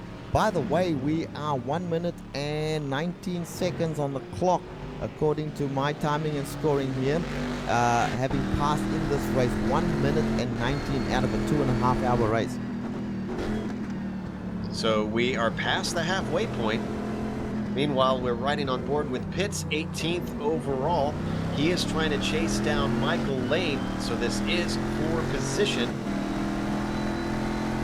About a half second behind, and they are in the same class, so it's going to be a little bit tricky. There we are, seeing the Chipotle sponsor on Jason Pitt's hood. Wonder how many burritos per mile that thing gets. How do you pronounce that, Joe? Chipotle. Chipotle. Right? Do they not have Chipotles in Australia? No, I don't think I've ever come across. What is it? It's a burrito restaurant. Yeah, the director's giving Australia a hard time. Worry, we are tough in Australia. We can take it. So still Michael Lane is about a second ahead, and in fact he's increased the gap. And what were you going to say, Bill? I went through and looked at the fastest laps of the race between our leaders in each of the car classes. Bennett's is about 119. Reynolds or Thomas is about 116, so that's about 3 seconds faster. And Williams is about 114, about 2 seconds faster. So I don't know. I need a calculator. I need to get the beautiful mind in here to figure this out. But we got a great battle in the same class going on between David Kerr and Ryan Worley. This is for 23rd and 22nd overall. Worley had those early troubles. He's been trying to come back through. He's still 3 laps down from the overall leader.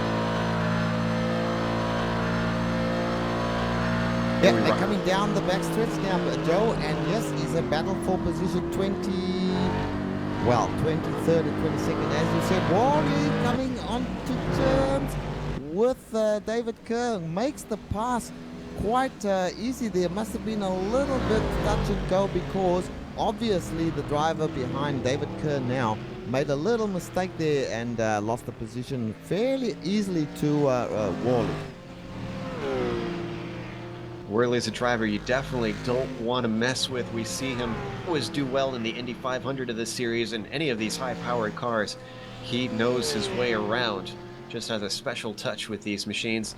And Kerr actually carries off. And Kerr goes wide into 5. The wall hard. Very hard. Almost straight into the wall. It's still going, though. We're going to look at the replay. Oh, and now he takes a toe out. He decides it has too much damage. That was heading up the hill into 5. It looks like the car started to break loose. Yeah. And just couldn't get it slowed down. Yeah, but Joe, you can see it on the replay. He just went in way too hot there, and then lost control going into 5, and just the car spun and hit the wall very hard. Well, the car didn't actually spin. He went across the sand trap there, and once you get into the sand, you're gone. Now I'm looking at the timing. Currently, Ryan Toma only 3 seconds behind Jason Fleischle, who is currently in 3rd place in the GT3 cars. So Toma is looking very close to cracking into the podium. Yes, that is correct. In fact, he's on the lead lap. He is on the lead lap. He is the last car on the lead lap. So what's in front of him is genuine distance between himself and Fleischle, which, by the way, is only looks like 4 seconds, Joe. Well, Bennett was in front of Jabinski, so something happened to Bennett earlier on. I'm trying to see if we can figure out what happened. Because Bennett was in first place. Bennett Yeah, was 6 I'm going seconds back. behind. It was quite a while ago, apparently. And there's some damage on Bennett's car, so he has had Bennett- a little accident. Bennett spun it coming Yep. out of 5. That was about 2 laps ago. And live, there was just another going on there.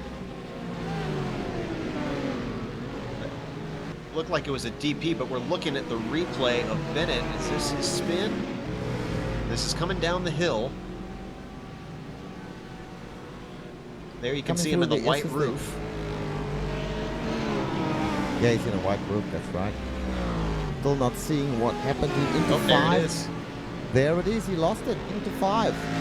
Once more, rear end the car. A lot easier to do probably in the roof with the rear engine on that car, just swinging around. At that point, you're a passenger. Well, that's correct.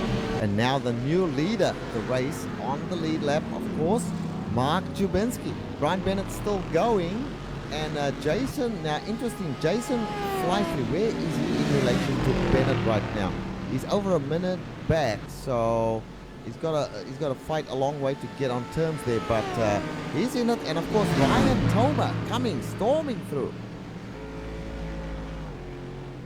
Toma now up into 3rd place as he overtakes Jason Fleischle for position into the chicane. That's right. And in front of him now we have Michael Smith. That's a lap. So he's about to put a lap on Michael Smith, Smitty as we know him. So Ryan Toma is the man at the moment, Joe. He is moving. He is into 3rd position overall. Bennett with a car that has some damage is not going to be a problem for him. I know there's a long way for him to go to get to Bennett, but that gap will come down lap after lap without a doubt. Well, while Bill tries to get set up for the Texas standings that we're going to run through in just a moment, a second between Bennett and Jabinski, and now it is 1 minute and 8 seconds between Toma and Bennett. We can see the gap as it is now that he is on the lead lap, and it's going to start ticking down. He's got 1 hour and 8 minutes to try, so I guess about a minute or a second per minute. If he can do that, he is going to get the lead. Well, if you look at the fastest Got a car. times, Sorry, Michael Lane, but he was running 20th at the time, but Michael Lane had just spun it. all right, so if you're looking at the times just quickly, it's 3 seconds faster. Toma should be per lap, Joe. We're looking at the replay of Lane, who is in a GT1 car, and it looks like just put too much power on and tapped the inside wall coming out of there, but he decided to take a tow, which is unusual with him not really hitting it too hard. But yes, we can see the distance, as you mentioned, Richard, between the cars. Now, interesting, Bennett is still in it, even though he's got that damage there. The damage is on the rear of the car, on the left side. He's still in it, Joe. He's battling on there with, and Mark Jabinski not that far ahead of him. What I was saying is that Ryan Toma, his lap times are 3 seconds per lap better than the GT3 car. So just simple mathematics would say that he will catch the leaders before the end of the race. Easily. I think you're right. We're 61 laps in after 1 hour and 27 minutes. He's So- got Toma has what? 67 seconds to make up in 1 hour and 6 minutes. That's about 66 minutes. A second a minute. We'll keep an That's eye what I on said that. earlier. Yeah, sorry. I was looking for my notes, and I got them in my I know, hand. there's a lot of things to pay attention Let's see if the driver's gonna behave while I do this little Texas Club standings here. Texas Club, of course, brought to you by Dallas Mustang. Now, the championship point leader is Alan Hayspeck, and he's racing here today. He heads up the Texas points charts with Chris Pence has a win and sits 19 points behind Hayspeck. Sportsman Mike Franklin and Sam Bourne, those are two sportsmen, sit 3rd and 4th. And remember, if you fancy yourself a Darren McGavern like in Night Stalker, or maybe Steve McQueen in Bullet, or even Ferret Fawcett in Charlie's Angels, Dallas Mustang has the parts and accessories you need. Visit DallasMustang.com for more info. I always want to finish that off with parts and accessories, but I'm not sure how many fans are going to understand that reference there. I was watching Lionel Kalisto. he was having some trouble as we watched Worley put another position on Beck there. But Lionel Callisto, currently our third-place car in the GT1s, has been struggling. Car just sliding around. Yeah, and I've been trying to work out the math here for David Williams. So he is currently 150 seconds behind the leader. But his lap times are, let's see, David Williams' fastest lap, his last lap was 1:17. Compare that to 1:21. So Yeah, only about 4 seconds a lap faster. I don't think he's got enough time to catch the leaders. I think it's a good thing that we're letting Richard do this, considering he does the accounting for GSRC. But otherwise, I would worry about GSRC being in some sort of trouble. Worry about a thing. When it comes to money, I have my mind is like a vice grip. It was good to be able to sleep soundly with that, knowing that in the back of my head. But we watched Williams 16th overall. Actually, I'm seeing 15th overall now on my screen. Is that correct? 16th overall still showing here. So my timing and scoring must be slightly wrong here. Here we go. Now it's popped to 16th. It keeps missing a car there for a second. Now, so David Williams, I'm going to say that he may not have enough time to catch the leaders from where he is, but Ryan Toma is going to do it easy. Mark Dubinsky is still leading the race. Second place being held down by Brian Bennett. He is, wow, Joe, he's only like less than 3 seconds back at the moment, so he's got a chance of catching Dubinsky if he can. Ryan Toma is the one that we want to be watching. And also don't discount Jason Fleischle, even though he's well down at this stage. We heard our director shouting something there, so something determinable. Something happened to Kyle Murphy that we saw on screen. He was off. Oh, actually got a punt from Williams is what we saw. Coming out of the final corner, turn 12, just got tipped. He was in the grass already partially and took a nice little side swipe into the concrete wall. Yeah. Oh, Ryan Bennett was catching Dubinsky, and the gap was down to 1.2 seconds, and he's done it again, Joe. He's gone off in turn 1 there. Oh, now his car is damaged. Let's look at the replay, and here we're on board with Williams actually in the replay. Let's switch to Bennett. He was being overtaken by Callisto into turn 1. It looks like it caused him to get a little unsettled. There was no car contact, but Bennett's rear end started to come around and just nosed it into the inside concrete wall. He's able to keep going. Thankfully, he hit the front since the engine's at the rear. And he's just hit the wall again in turn 5, trying to get his car around to the pit. So that is not miserable. good. Now he's going to take a toll. So his day has just gone from great to bad. Looked at a potential win, and it's all slipped away just like it did for Fleischle. Well, are we seeing a cursed first place here? Yeah, you know, I was thinking that Dubinsky is really the next on the hit list. Actually, as Fleischle's gone and Bennett's gone, so Dubinsky has got to keep it out there. The bad news for Mark is there's nobody now in between him and Ryan Toma, who's 53 seconds back and closing fast. Well, you're talking about penguins and tigers earlier. Let's hope that Walrus doesn't hit Gugu Dubinsky out there in front. And Toma now into second place, now that Bennett has had his trouble, and he's only got 51 seconds to go. I am so proud of you, Joe Peak. I know my Beatles, thank you was- very much. Well, that was pretty sad for Bennett. I feel for the guy. I mean, he was catching Dubinsky. I was about to comment on the fact that he was only 1 second back, and then that all just went south. But right now we're getting some more garbled information from our director. That's Gruber and Burke that he was telling us about, who we see on screen right now. These two have been battling for most of the day, it feels like, Bill. We've seen this before. Once again, Gruber closing in to within about half a second. Every time he does, it seems like he runs into trouble as he closes in quite a bit up the hill into 5, but gets a terrible exit off the corner. Yeah, it's a battle for 9th and 10th. And yeah, they've kind of been racing gods will keep throwing them together for the whole race. They're 2.5 or hour and a half into this, and they're 1-2 again. Now, well, let's continue watching this while we let Bill set up for the Club West standings. That'll be my favorite since that's my club. That's an easy one to do. Seeing who is working Got that one. Gruber But coming up yeah. on Carl Burke at the moment. The battle is on this East 4 position, folks. But Gruber on the inside looked like he had it done, and then sudden burst of speed there from Carl Burke gets him through the chicane ahead of Gruber. Gruber falls back now, had to brake harder there than did Burke, so he's actually lost some time there. Gruber was very far to the inside and extremely timid on the brakes. I guess he wanted to give him as much room as possible. That was unusual. He could have made it a slam dunk, it seemed. Anyways, let's go to Bill and hear what the West standings are as he tries to catch up.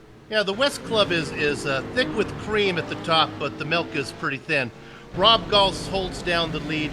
David Williams has a win, actually 2 wins, I guess, and sits in second, 30 points back. Jason Fleischle holds down 3rd place. Then it gets a little slim after that. Great talent up top, but they just need to get a little more depth on that squad. A milk comparison instead of a beer comparison for the West? I'm disappointed, Bill. I don't know. No good beer in the West. Arizona. You haven't been Oh, to hey, I was Colorado. Coors. Sorry, Coors. I apologize. Well, meanwhile, Gruber not able to regain that ground. He's still about a second back, although he gets a pretty good launch coming out of turn 7, and he is starting to really reel in Carl Burke. That roof really must like this back straightaway. Yeah, but that, like you said on the last lap, he was really timid through the chicane there. He didn't push the issue at all. So maybe that's his strategy. He'll just wait for others to make the mistakes. Matt Caldwell with a spinning. spin and just in front of Williams. Now, meanwhile, I'm noticing that Ryan Thomas seems to have taken his next stop. It looks, I'm seeing him at 3. Oh, wait, no, excuse me. My No, I timing don't and think scoring so. has lied No, to me. no. Sorry, apologies. Timing and scoring lying to me again. But let's talk about the stops. Don't the Joe, you probably know this, do the GT1 cars have the same restrictions for tires and gas as the GT3 cars do? No, I believe those can change tires at the same time. So even though Toma and Jubinski both have a pit stop to make here before the end of the race, Vinci's is going to be a lot longer, assuming he takes tires. Now, Toma is wheeling that car. There we go. Toma is only 48 seconds back now, that gap. Oh, and Toma, just as I speak, Ryan Toma loops it into turn number 7 there and nearly lost it completely, but gets going again. No harm, no foul, as Joe likes to say.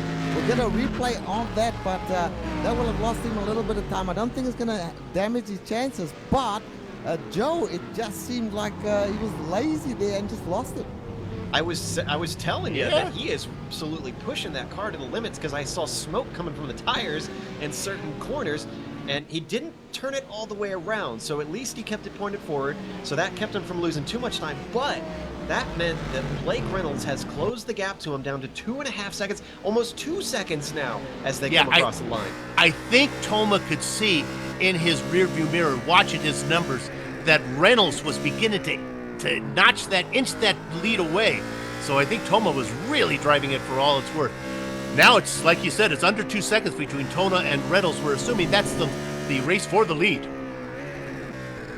Well, maybe. I mean, Mark Jubinski will have something to say about that, although I do believe... Go ahead, Joe. Did I see a little trouble from David Williams here? I heard a little contact, and maybe we can go. Let's I go can check. see. Yeah, he got into the back of who was Brian that? Barnes? Yeah. Yeah. Barnes is in a Aston Martin. That was coming up the hill towards turn 5. It looks like that Aston Martin just slowed a little too quick. We saw the tail end of it there. We're going to go back a little farther. They were in the midst of a few other cars, although they weren't close enough, I think, to really distract him. So that was just Williams getting, once again, very aggressive right up on the rear of that Aston Martin. And meanwhile, I see Barnes just behind Toma. Did Toma make another mistake? No, Reynolds is still behind him, but it's down to a second between them. Yeah, I've been watching that one. Blake Reynolds is... They're moving through some traffic at the moment now, so they need to be careful. But Blake Reynolds is on the move. You can see Ryan Toma ahead of him. The gap is not large at all. just a couple of cars still in front there, so let us see. Just in front of Reynolds, they go through the S's now. Into turn 5 is Barnes, and then Carl Berg. And let's see, does he get by them? Three wide situation, nope. Yes, go ahead, Joe. Almost went 3 wide with Burke and Barnes. There's 4 position between Burke and Barnes, although they are in 2 different classes. But he's having trouble trying to get past that BMW. Now that they're on the back stretch, he should overtake him with ease. There he goes. But yeah, thankfully everyone got through, and Reynolds, unfortunately, with that situation, is now up to 2 seconds behind Toma. But the thing is, Joe, you can see Toma now. There's nothing, no cars between the two of them. Now they head towards the chicane. Now it's a dogfight. Will he have enough to catch up to Ryan Toma? We know that Ryan Toma is very, very good. Will Ryan Toma have enough to catch Mark Jabinski? We think so. Will David Williams make any impression on these 2 guys? We don't know. Williams is pitting right now. In the pits. I'm guessing that's to repair the damage that he got from that thwack into the back of Barnes. Yep, getting a new car. It's going to make it all pretty. Now he's got 54 minutes to go. He's good to go from here. 54 minutes, yeah. Long race still to go, guys. Make no mistake. Still quite a bit. However, we could see some cars who are electing to take a long final stint finally come in. We'll have to wait and see who elects to do what with their strategy. Now, interestingly, now that there's no cars between them, Toma and Reynolds up to 2.5 seconds. Is Toma starting to streak away? Yeah, he is. And this is really interesting. Jabinski came out just ahead of Williams, putting Williams another lap down, 2 laps down. Of course, Jabinski has one more stop to make. Oh, Williams is really pushing it on full tires. Oh, my goodness. Yeah, we mentioned earlier these DPs on full tires. It's like a skating rink, they're saying. And he is not wanting to lose any time, so he's got to try and push that car. In fact, I think it was Williams that said it takes almost 4 laps for the car to really feel comfortable. You know what, Joe? I scoffed at the beginning of the broadcast just a little bit at the administrators. I am eating humble pie at the moment. Have to make a big apology. Their mathematics are a lot better than ours. Maybe they should be looking after our money. Because certainly this is going to be close at the end. I still don't think that David Williams might have enough because he just had half a spin there in the chicane once again. But certainly the 2 other classes, GT1, GT3, that is almost a no race now. Toma is definitely going to catch Jabinski, I feel. Now, we're hearing that George Sandman has overtaken Williams, but has Sandman taken a second stop? No, I don't think so. I think Williams just took that one, so Sandman has 1 more to go. Another battle that we've been keeping an eye on, still going on, although they've got a car between them now, is Gruber and Berg. Now they've got Jason Pitts out of the way. And Williams just seeing a slow car there. That is Mark Jabinski. That is the current leader that he's just unlapped himself 1 more lap from. That will put David Williams 2 laps down, probably 1 lap down now. Yep, once he crosses the line, should be a single lap between them. Oh, and we're hearing that Burke finally went off. This could be a chance for Gruber finally. Was that over the top of the hill? It was. Reynolds, meanwhile, in the pits. Reynolds, who was chasing down Ryan Toma, has taken his pit stop. So Ryan still has to make a pit stop. Jabinski, for that matter, still has to make a pit stop, we think. A wild ride for Burke, who managed to catch a tank slapper up over the crest. We're going to look at the replay on that. Here we see his BMW committed Kona-side along the way, just taking out everything on the alternate pit entry. Really fast stop for Reynolds. So Reynolds now back out on track. He's been trying Reynolds, to chase down fifth Toma. Place now. Yep. Yeah, 5th place. Does Toma follow his lead? Does he come in? No, Toma stays out. So, doesn't feel bothered about paying attention to his competitor's pit strategy. He's just going to run the course. And in fact, Toma with clear track in front, clear track behind, He is all by his lonesome. Yeah, Joe, I'm not sure if I'm right here, but Ryan Thomas showing already with pit stops. So he may have done his pit stop No, already. I'm seeing one. Okay. The other one's a bit of a false alarm then. Jabinski definitely still on one pit stop, so he will have to pit again. Ryan Toma, let's see the gap between him and Blake Reynolds right now, 47 to 1 minute, so that's 13 seconds. Big gap. I'm seeing about 38 seconds on track between Toma to Jabinski at the moment. However, I see Jason Fleischle still on the back of Lionel Kalisto. Fleischle now bumped down to 4th. He must have been recently overtaken by that GT1 driver.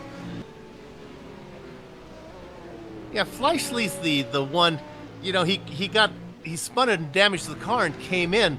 So I think he has 2 stops, but I'm not sure he's in his pit window. Yeah, that's very, very accurate, I think.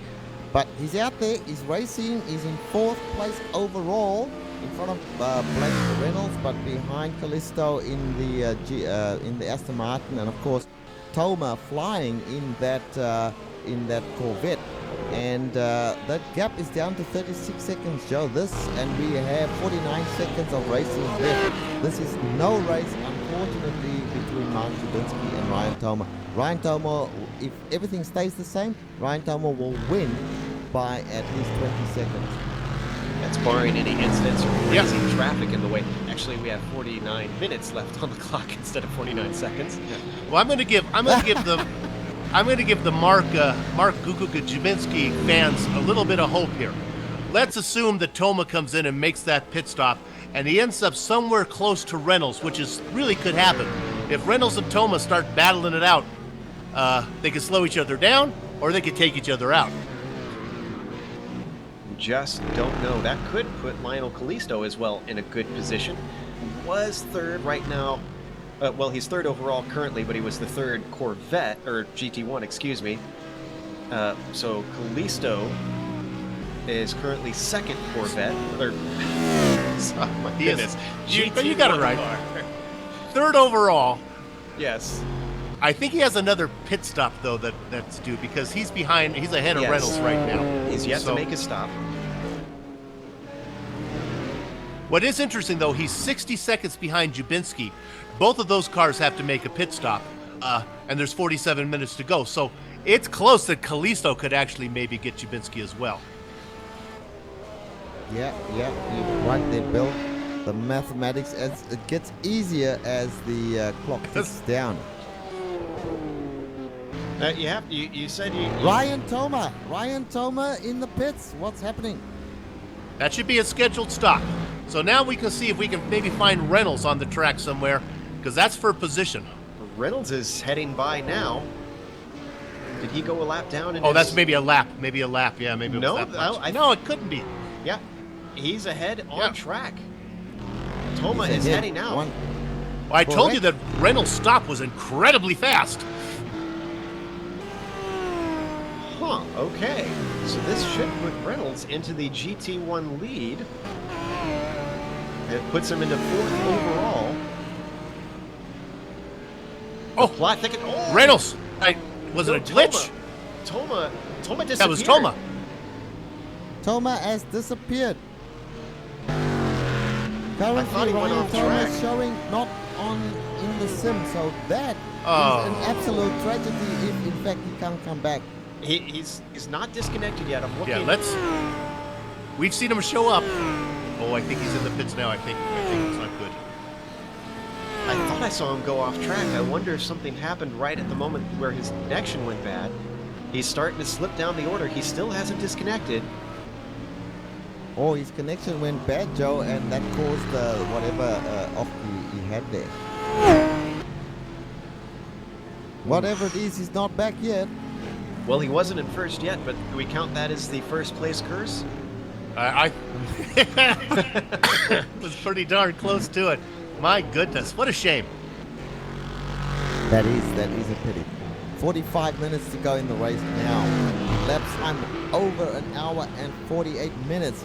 Mark Jabinski leading the race still Behind him is now Lionel Callisto, and he is, let's see, he is 53 seconds back in 45 minutes. He's got to make up that amount of time. Joe, can he do it?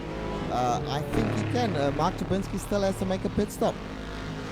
It's going to be a pretty tall ask. Both Jabinski and Callisto have to make a stop. Remember. Yeah, here comes Callisto. Here comes Callisto into the pits right now. Jabinski just been dodging bullets left and right, even though he might not know it, as he has inherited the lead earlier in the race. And now as the drivers who seem likely to chase him down run into trouble left and right. And Jason Fleischle starting to look good. He's a minute back. Mark Jabinski has to make a pit stop still. Has Fleischle going to make a pit stop? I'm not sure. He still has to make a stop too, yes. I think he has to make a third stop, I believe, because he got that fresh car out of his window. The highest car that has made his second stop right now is Blake Reynolds. And Callisto heads out. Callisto leaving the pits, yep, and got a nice looking car. I like that color there and the black markings. But he's back on track, going through turn number 3. Now look at the rubber groove that has developed during the course of this race, guys. It's just fascinating to see. And it's so distinct in some corners where you can see where the cars bounce over the bumps and the black marks start to go away and then they come back. Yeah, you mentioned the paint job on Lionel Callisto, a Jordan theme, which was appropriate when we were in the F1 car. Not sure if it works as well in these GT1 cars, although it looks quite pretty. Excuse me. Yeah. All right, let's call it, guys. Mark Jabinski in the lead still. Has to make a pit stop, but he is just over a minute in front now of another GT3 car, mind you, Jason Fleischle. Blake Reynolds in the Aston Martin sitting in 3rd place. Lionel Callisto in an Aston Martin sitting in 4th place. And rounding out the top 5, somebody we haven't had a look at a lot is Larry Ford in another GT3 car. And actually, Larry Ford's in a great battle right now with Jason Pitts. In fact, it looks like Pitts is going to maybe take over 5th position. Yep, there he goes. Yeah, we haven't talked about, still, 6 is nothing to be ashamed of. Ford had an extremely quiet race. Like you said, we haven't really looked at him a whole lot. We see him here and there. But Ford just has very subtly moved his way up the order, and he is actually taking a pit stop at the same time as Pitts. Yep, Pitts is pitting, and Ford is. And the unfortunate thing is Ryan Toma, Joe, has not come back. So it looks like his day is done, unfortunately. He must have had an accident, or else he just slipped into the ether somewhere, because he still hasn't disconnected. But he's not showing up in the sim at the moment. Yeah, correct. Yeah. Well, a bunch of guys taking their last pit stop. I take it, Bill, this is all planned pit stops. Certainly Larry Ford is in there right now. George Sandman looks like it. Jason Pitts. Jabinski's still out there. Surely he's going to come in soon as well. Well, if you remember, I made a joke about the large tank, the extra large tank he has in his BMW there. I think he's going to run this thing as long as he can, come in and splash and go. I don't know if he's going to be able to hold off Reynolds, but maybe second. Yeah, you know, Bill, you might be correct. Sorry, Joe, go ahead. In fact, Reynolds is now within 6 seconds of Fleischle, our second place overall BMW. So Fleischle is looking very likely to lose that second place because Fleischle has to make a second stop, and Reynolds has already taken his second stop, so he's going to inherit it very soon no matter what. Yeah, correct. Yeah, interesting. As the clock winds down here, now 41 minutes to go in the race, and starting to look pretty good for Blake Reynolds right now. Now, Williams has taken 2 stops, correct? I'm showing only 1 on mine, but I'm pretty sure he's taken 2. Taken 2, and it probably says that George Sandman has also taken 2 because he took that one like very early in the race. I think Sandman has 1 more to go. Right now, he's ahead. Well, actually, David Williams has now scored ahead of Sandman. I was going to say, Williams has scored in 5th on my screen. He has shot up the order.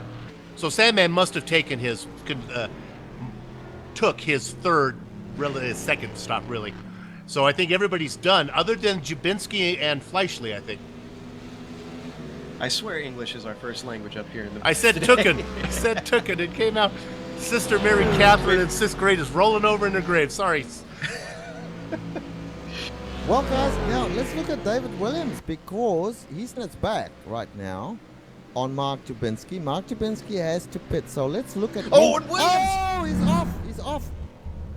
And that was a Hard. self-made error. Under braking, he put a wheel off into the grass, into the chicane. I wondered if he made contact with him with the car. He gets it going. He waited there for quite a while, though. Gosh, talk about the commentators. Every driver we started to talk about with winning chances has just in front of us collapsed into a heap. He didn't hit anything, so maybe he just needed to collect his nerves, get it going. Now, here comes out of the pits Ryan Worley. However, he's a lap down, so he gives way to Williams. As we look at Reynolds sitting in third. Well, that's hurt David's chances significantly. So now we are not going to discount him, but we got to start looking at guys like Blake Reynolds and Lionel Callisto for a possible win here with Mark Jubinski. We think still having to make a pit stop. Well, he has to, surely. And we are watching Blake Reynolds as he chases down second place. It could be done right here. Jason Fleischle in the BMW doesn't have the power to fight, and Blake Reynolds now into second place. One more car for him to overtake here in 38 minutes to go. Yep, the BM. Oh, we just got information what happened to Williams. His Oculus Rift, which is what he uses to see the race. It's a VR unit, if you're not familiar. It went black on him. Ooh, that's got to be scary. Oh, yes. I am with you. That is the scariest thing. Suddenly, you can't see a thing ahead of you. It's as if somebody pulled the blinds down. And you're done if that happens, because you don't know where to point your car. He did a good job of not hitting anything, because he was near another car when it happened, or at least when it seemed to happen. And he just parked it right at the right spot. I wonder if he just... Fleischle in the pits. Fleischle in the pits again. Third stop. Final stop. No, believe this is the second one for Fleischle. Meanwhile, on screen we saw Scott Gruber head off track. That was in the final corner. Yep.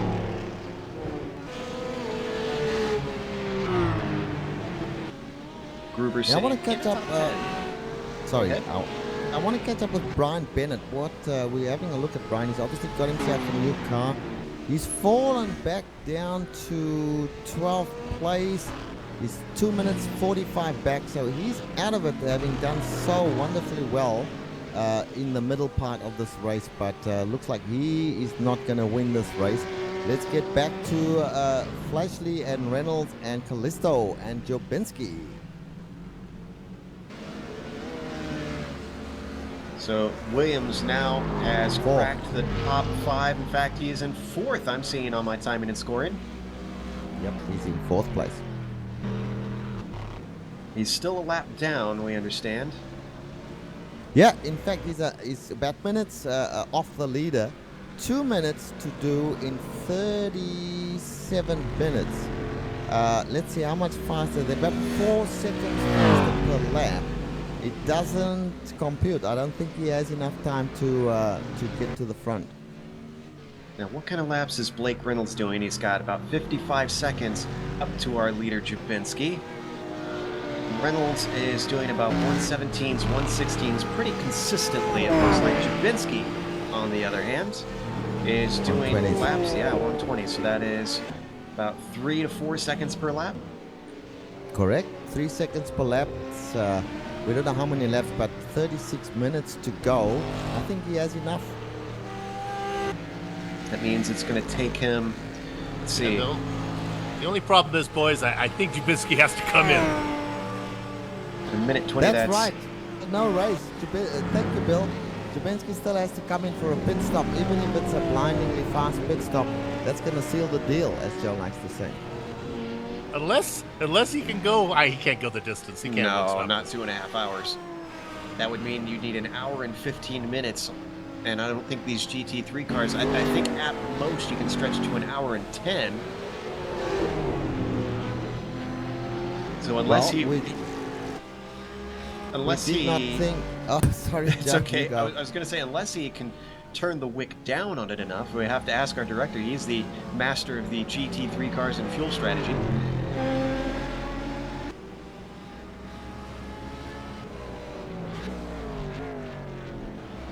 So we're hearing that he could turn it down, but he doesn't, director at least, doesn't think that he could be fast enough to try and hold on to that. So it's a damned if you do, damned if you don't situation for Jabinski.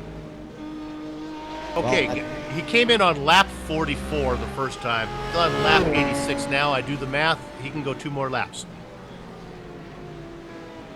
Yeah, he's certainly traveling well.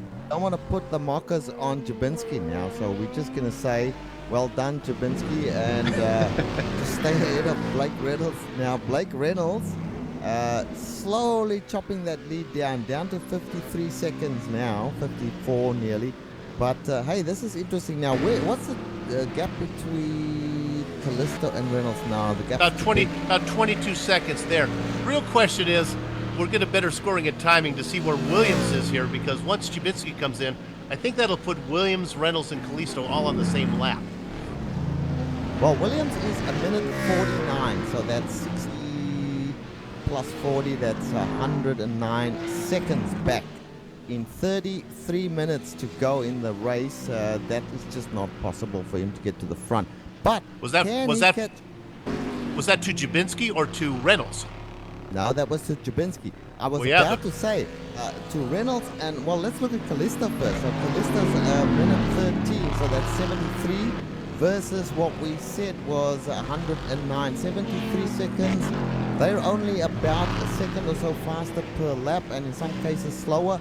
So I don't think you can even catch the next GT1 car, which is the Aston Martin of Lionel Callisto. I think he's that is so critical, that thing that happened to him with the Oculus Rift.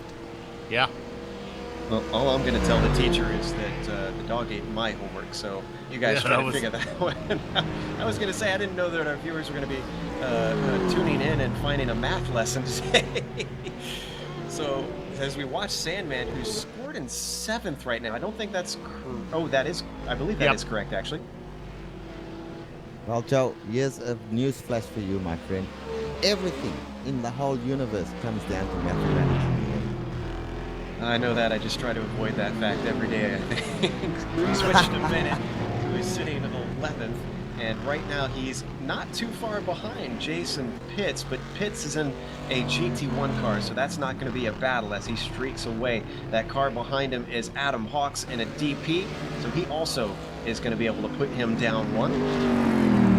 And the nearest car of the same class is Alan Hessebeck, who's over 20 seconds ahead, so he's not going to be a factor in maybe even in increasing his position. And behind him we have got a BMW of Ford way back, so he's by himself right now. We are on lap 88 for Jabinski as we ride on board. Unfortunately, we can't see the fuel with the way that iRacing works, so we just don't know. But let's stay with him until the pit entry, see if he comes in.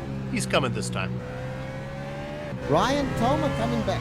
I just see him connected again. This is interesting. Oh, and he had manually disconnected at one point. He is all the way down in 26, so his race is definitely over. Yeah, but good to see him coming back and at least trying to salvage points for the championship, hopefully. Oh, it's going to be a very lonely run for him, I'm sure. Oh, through the chicane for Jabinski, still riding on board. Up over the hill, this is where you commit to the pit lane, and he's in. He's going in, quite correct. Jabinski going in now. I'll keep an eye on him. What is he actually going to do? We'll see if the jacks come up. Will he take tires? Because that's the slow thing, if I'm not mistaken. Is that right? He'll probably take tires from what advice we're getting. I don't think he will take tires. I think that the director is saying he's going to take tires. I'm telling you right now, this is going to be a short one. He's going to be in and out as fast as possible on old tires. And he's going to be slow on those old tires, so... I'm not seeing the jacks go up. I'm going to... the jacks will go up after he finishes refueling. That's That's watching right. That's Reynolds. what you guys said. Is that for the same for all the GT3 cars? Yes, correct. Reynolds is on the front stretch. Jubinski is No still tires. stationary, No tires. but it's Bill, not going to help him. You're a maestro. It may not be the smartest thing to do, and our director's not happy with it. I like it. Let me out there. Let me out there in front. I think the horse is well out of the barn because Reynolds is passed. He's in Reynolds a is faster fast. car. There is nothing that Jubinski can do. And what's worse is with those old tires, did Kalisto take tires? Or no, not Kalisto, Fleischli. Fleischli is the guy he's looking at now. Yeah. That's right. Fleischli. Fleischli currently 2 minutes back. He is, let's see, where's Jubinski? Oh, we'll need to get He's a a time long when ways he back. crosses the I don't line. think Fleischli can get him. Yeah, over a minute back in any case. Well, look, that was a fantastic run from Mark Jubinski. Great run as well so far. The race is not done. We still got 30 minutes to go. But I think we can call it now, Bill, that, some of these guys had every opportunity. Bennett was certainly in it. Fleischli was in it. Williams was in it.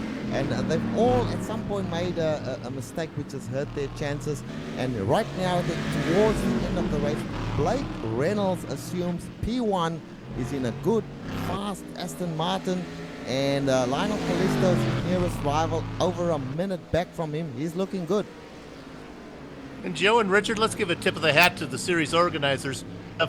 Three different classes in the top 4 spots. 30 minutes to go. Pretty good job. Yeah, absolutely right, Joe. These guys have done their homework on this car. And we have to remember, it may look like the GT3s are a little bit disadvantaged, but all of our top GT3 drivers made mistakes.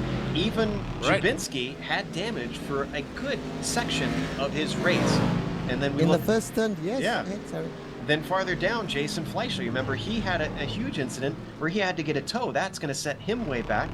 We get a little ways back. Who's our next GT3? Brian Barnes. Or no, Barnes isn't a GT3. Is it Hayspec? Yes, Hayspec, I believe, is the next one. Right. And then to take it in the total other direction, Williams and Sandman both had trouble. Williams is only 43 seconds behind Reynolds right now. Take away the spin that he had. That was a good 15 seconds that he lost. Who knows where he'd be. Sandman just went off in the there, but he's come back on again. He's lost some more time. Sorry, George, to talk about you. I did it. George coming back from a shoulder injury he had. I think a rotator cuff that he had operated that's right. on. So he's recovering. He didn't hit anything. We're going to look at the replay here. This just looks like he outbraked himself. Woo-hoo-hoo, gave a little bit of a scare to that BMW. Lost a couple of positions in the process, but now he's got a gaggle of cars in front of him, all slower. See how long it takes him to get past those cars. And one of those cars is, in fact, Fleischli. Yeah, he's going to demote Fleischli down to 7th as we ride on board with the Sandman.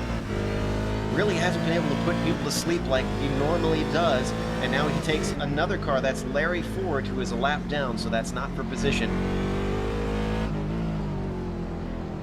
Williams now 41 seconds behind the leader in 4th place. Well, I'll tell you what, guys, Jubinski is fighting with everything that he's got to try and get a podium out of this. 20 seconds is Lionel Kalisto behind him in a faster car. He's got old tires. Mark Jubinski's taken a huge gamble, but I'm going to take my hat off to this guy. He's fought with everything he has to try and make the podium here today. And after 2.5 hours, who knows? It may well happen for him. I hope it does. He's got about 11 seconds back to Kalisto. It's 30 seconds back to David Williams. It's going to be very close. I'm not sure David Williams is out of this yet. Yeah, 41 seconds. 41 seconds. David Williams to Blake Reynolds. He's about 2.5 seconds faster a lap. There's probably 18, 20 laps left in this race. Ugh. I don't think he's. I think the Fighting Marine might get there. Richard, you were talking about tipping your hat to these league organizers. Remember, this is the 3rd time they've run this format, so they've had some experience, and I think they're starting to get this tweak just about right. Yeah, I agree. It's actually a brilliant concept, having all the cars in the same class, racing each other and just handicapping them by time. I think it's fantastic. Now we watch Williams sitting in fourth as he continues, and he's got a bit of damage on his car somewhere along the way. It looks like that left front took a nick from something. Yeah. Oh no, that means he just got it bent just the way he wants it now. Got a nice little snarl on the front of it, I guess.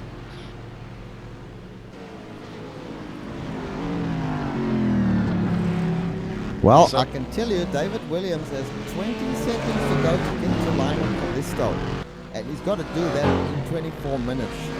Certainly he might get to Lionel, but then he's got another 13 seconds to go to get to Mark Jabinski. Maybe he can do that. But I just somehow don't think he's going to get to Blake Reynolds. Oh, a trouble here in front of him. Pitts went Jake. off in the first corner. Yeah, just in front of David Williams whilst we were talking about him. Now he's got a little bit of clear air going up to turn number 5 now. David Williams, a leader in the DP class. Well, there's no DP class, but he's the lead car of the DPs. And in front of him, let's see who is that. He's got Ethan Moore and Adam Hawks. He's got to clear, but they are laps down, so not a problem for him. Lionel Callisto, that is his next target. Bill, can he make it? Well, I know that he just knocked 3 seconds that lap off of Reynolds. So he's got it down to 37 seconds. It was 40 seconds last lap. 23 minutes to go. Let's actually stay on Callisto, because right now he's 2 seconds away from Jabinski. So right. second place is about to change as we are on board with Williams as he slices his way through, way to the inside of the uphill there under the bridge. Now we're on Callisto. 1 second behind Jabinski. Next car up is not Jabinski, that's Larry Ford in the BMW, and he balks him just a little bit. That's going to hurt his progress, but it really is not going to matter too much with 23 seconds left on the clock, unless we see a mistake from Callisto. Seconds? Oh, contact! Contact Commentator's between curse. Callisto and who was that in front of him? Was Barnes, was it? No, Might have been Ford, I that think. was Ford maybe. that he Yep. touched ever so slightly. It was on the inside. We're going to look at the replay, but that was, I think, my fault for mentioning that right as he said, unless he makes a mistake, and suddenly the contact happened. The commentator's curse has been terrific. Hey, we just got to mention somebody's name and they're gone. Terrific for who? I don't think our drivers appreciate it. Terrific in a very bad way, I mean, for our drivers. You guys are trying to do the best job without us commentators cursing them here. Williams knocks another 2 seconds off, down to 35 seconds now to lead. 22 minutes to go.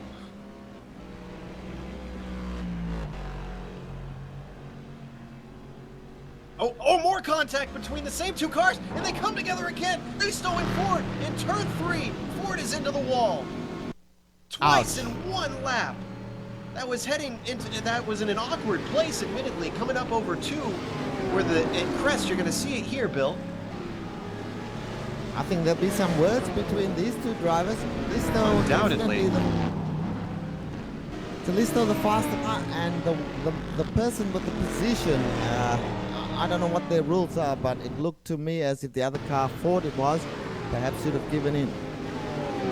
Yeah, I mean, that wasn't even for position between Ford and Callisto. He was a lapped car. And Ford's not in a battle with anybody. Ford's just comfortably running in 14th position. Yeah, that just falls under blue flag. Correct? Well- Absolutely correct. Well, hopefully Callisto doesn't have too much damage. Only about 4.5 seconds as we... Jabinski's got to be saying, out there on old tires, got to be saying, what is taking Callisto so long to get here? He'll see the gap vary. It'll be very puzzling for him. But he still doesn't have anything to fight with that can keep Callisto from getting to him. Bar traffic and accidents from Callisto. So I'm getting off Callisto. I don't want anything further to happen to this guy. We've said that about 3 times now. Bar mistakes, bar accidents. I don't mean to sound like the town crier 6 o'clock and all is well, but Williams now down to 32 seconds. Ooh, he's creeping closer and closer. Well, Ryan he's 4 seconds behind Callisto. Let's check that out, because you can see Callisto in front of him now, David Williams, as he goes around turns 6 and 7. That is Callisto in front of him, unless I am totally mistaken, and I am not. This will be a battle for third place. Position, Joe. Yeah, it's Williams, Callisto, and Chubinski. 1, 2, 3. I was about to test it and say, barring a meteor coming in for Callisto, and I guess that meteor is going to be David Williams here in a moment, as he is just closing at a rate of knots. 2.5 seconds between him and Callisto. But now, Callisto and Chubinski, less than a second, half a second, as he comes in on the front stretch. All 3 cars are going to get together at exactly the same time. This is, let's just look. I'm not going to watch the screen. I'm having a look at something else. 29 seconds now for Williams. Oh, and 29 seconds with 19 to go. Go ahead, Joe. This time, Callisto not trying to push the issue. He's out of it into turn 3. But here comes Williams right up behind him. All 3 of them in the same shot. You can see it. Callisto playing patient behind Chubinski as we look back off of his rear spoiler. This should be the time that he can get it done. He's got the power. Does he look to the inside down into turn 6? Callisto does. Tries to outbrake him. Tries to shut the door. He's not giving him any room. He knows this is for position, but it's a done deal as he slips past cars sliding around turn 7 and accelerates away. Callisto's into second, but it's not going to be for much longer. And smoke came off the tires of Chubinski there as he fought for that position. It really was a pointless fight. Yes, David Williams passing Callisto now for second position. So 1 car now in front of him. The math becomes really easy as the laps wind down. But certainly Callisto was faster than Chubinski, and David Williams was faster than Callisto. It's all panning out according to the class the abilities of the class cars. And Chubinski goes off in the final corner just for good measure, but brings it back on without hitting anything. Poor Lionel Callisto, if you could have a moment to feel for him. He had a taste of second place for all about half a mile, and then it went away as Williams just streaked on past. Now, 28 seconds between Williams and Reynolds, our overall leader. Can Reynolds hold on? It's about 18 minutes left on the clock. Now, Bill, this is a different proposition altogether for David Williams, because we're talking about an Aston Martin, not a GT3 car that David Williams has to, and we know that the DP cars are not that much faster than the GT1 cars, so it's going to be interesting. Well, I think what happened there, Williams lost a little time in that battle getting around second and third position. Now he's got a few more cars ahead of him, so traffic could play a factor. I think if it was a clear track, he'd have obviously a much better shot at it. David Williams is going to show no patience to these guys when it comes to getting around him. 27 seconds now. He knocked 2 seconds off. 27 seconds with 17 minutes to go. That was Jason Fleischle that he put a lap down as we ride on board with Williams heading up the hill. Fleischle not a car in contention with him. That's Ryan Toma, one of the former leaders who has jumped back onto the track just trying to salvage something. He hopefully is going to let him by, considering he's so far down the order. There he pulls over. Yeah, he does. Great driving from Toma. He's not in it. Why hold up anybody? And now in front of David, now we've got Brian Barnes, and Chris Beck, is it? These guys should just move out of the way as well. Let the faster car fight for what might be a win, a possible win for him. And Beck and Barnes are not fighting for position either. Are we going to see a 3-wide situation? Barnes now slips to the outside, trying to let Williams through. Williams clearly passed down into the braking of the chicane. Another 2 cars out of his way, but still not having to take an optimal line through that corner. So Williams not getting the speed that he probably wants here with 15 minutes left on the clock now. And the gap is down to 26 seconds, 15 minutes. Ooh, it's going to be close.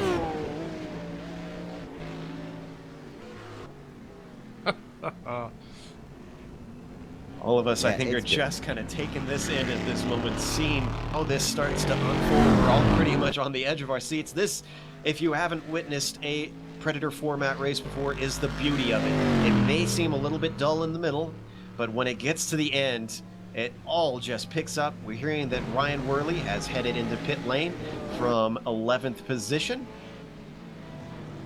Now, Joe, he's certainly done that.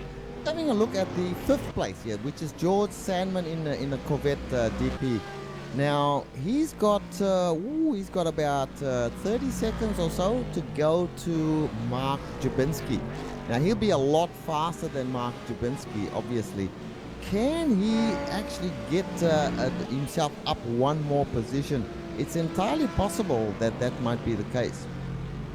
He could run him down. It's going to be a tall ask. He's going to have to really push. Well, I think probably picking up 30 seconds on Jabinski is probably going to be an easier task than the 25 seconds difference between Reynolds and Williams. Jabinski's out there he's running on rims right now. So I think Sandman has a real chance of catching him. Yeah, I think you might be right, but still, it's a biggish gap. 14 minutes to go, and we would set 30 seconds or more. But Callisto, he's out of it. Williams and Reynolds, that is the battle. I'm gonna take a stand here, and I'm gonna say Williams doesn't have enough time to catch Reynolds. Well, right now he's got some clear track up to the next cars, quite a bit of space, so he's going to be able to run at least a lap or two where he isn't trying to work his way around cars. There you can see him all by himself out on track, not even anybody behind him. So this is where we got to see what kind of laps can Williams run in clean air. Well, it's coming up very quickly to some lap traffic now as they go through the chicane. In front of him, the next group of cars, about 4 cars. We've got Rob Gell, is it? I need to get some more new glasses here. Ryan Bird and so on. So a few cars to negotiate before he can resume the battle of trying to catch Blake Reynolds. I'm thinking Blake Reynolds is going to be close, but Blake Reynolds will be ahead at the end. In fact, well deserved if it happens that way. And just to follow up on Jabinski and Sandman, wasn't it 30 seconds ago, or 30 seconds about, what, a minute ago? Well, now it's 22 seconds. Sandman is on Jabinski, 44 versus 68. Yep, about 22 seconds. Sandman is going fishing. Right now he's got his hook, and Mark Jabinski absolutely reeling him in. So Williams just clearing that traffic beautifully there. Didn't hold him up at all. They were all wide, giving him every opportunity to pass. Now he's got one car to go in front of him. That's Rob Gall. And hopefully that won't be a problem as well. It's one of the Aston Martins by the looks of it. Or is it? No, it's a Corvette. So let us hope that, yes, he's passed. Now the battle can commence. Or his chase can commence of Blake Reynolds. And Gall got on the radio letting him know he was going to let him have the corner. So that was some good communication from Gall to try and give Williams the best opportunity. Now I have to sit there and guess. With that traffic on the last lap, it did slow him down a little bit. 1:16.7 compared to his clean lap with nobody around him at a 1:15 flat. So about a second, 0.7 slower with traffic. He is going to have to hope for the cleanest track possible to try and run down our leader. 11 minutes to go, Joe. 11 minutes. Now, let's have a look at Blake Reynolds. Blake Reynolds leading this race in an Aston Martin. And he's got nothing in front of him at the moment. And looks like not much behind him either. So he's been able to run a very, very good pace without traffic to worry about for a while. We are on board Blake. He's definitely pushing. He just completely missed the apex, the first apex of the chicane. So he is not sitting on his laurels waiting for David Williams to come. He is trying to hustle that car around this track.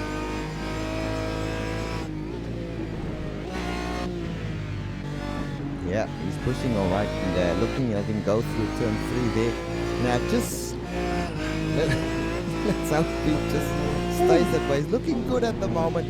Into turn 5. Look at that rubber laid down in turn 5 there, Joe. Fantastic stuff. and still nothing in front of him.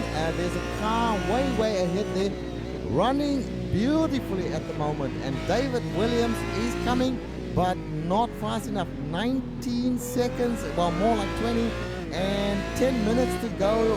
Bill, you want to revise your thinking on this? That one didn't work so well, but I'll tell you who is on the hunt is George Sandman now. He's got that interval to Jabinski down to 12 seconds. By the way, last lap for David Williams, 1:14.7. Oh my goodness. So you can't say that when he gets some clear air, he doesn't try and whip that car around those corners. Let's see what he does this time. For comparison, Joe, that's against Blake Reynolds 1:17.5. So that's like 2.5 now. Blake Reynolds puts in a 1:16.8. So Blake Reynolds responding somewhat to the challenge from Williams. Blake Reynolds realizes less than 10 minutes to go. All I've got to do is keep it clean, keep it fast, and I will win this thing after 2.5 hours. That is quite a feather in anyone's cap to win a 2.5 hour race. So let us see how it actually winds down. But I am sticking with my prediction that Blake Reynolds will win this thing, given that he's not involved in an accident or something other that goes wrong. Last time by, 1:15.1. Not quite as fast. Still hustling, though. So David Williams still chopping down on that time. Still thinning it out, but not quite enough, we're thinking, by the math. However, Reynolds has to keep the mistakes out. He has to run clean laps. Can't spin the car. Can't start going off track.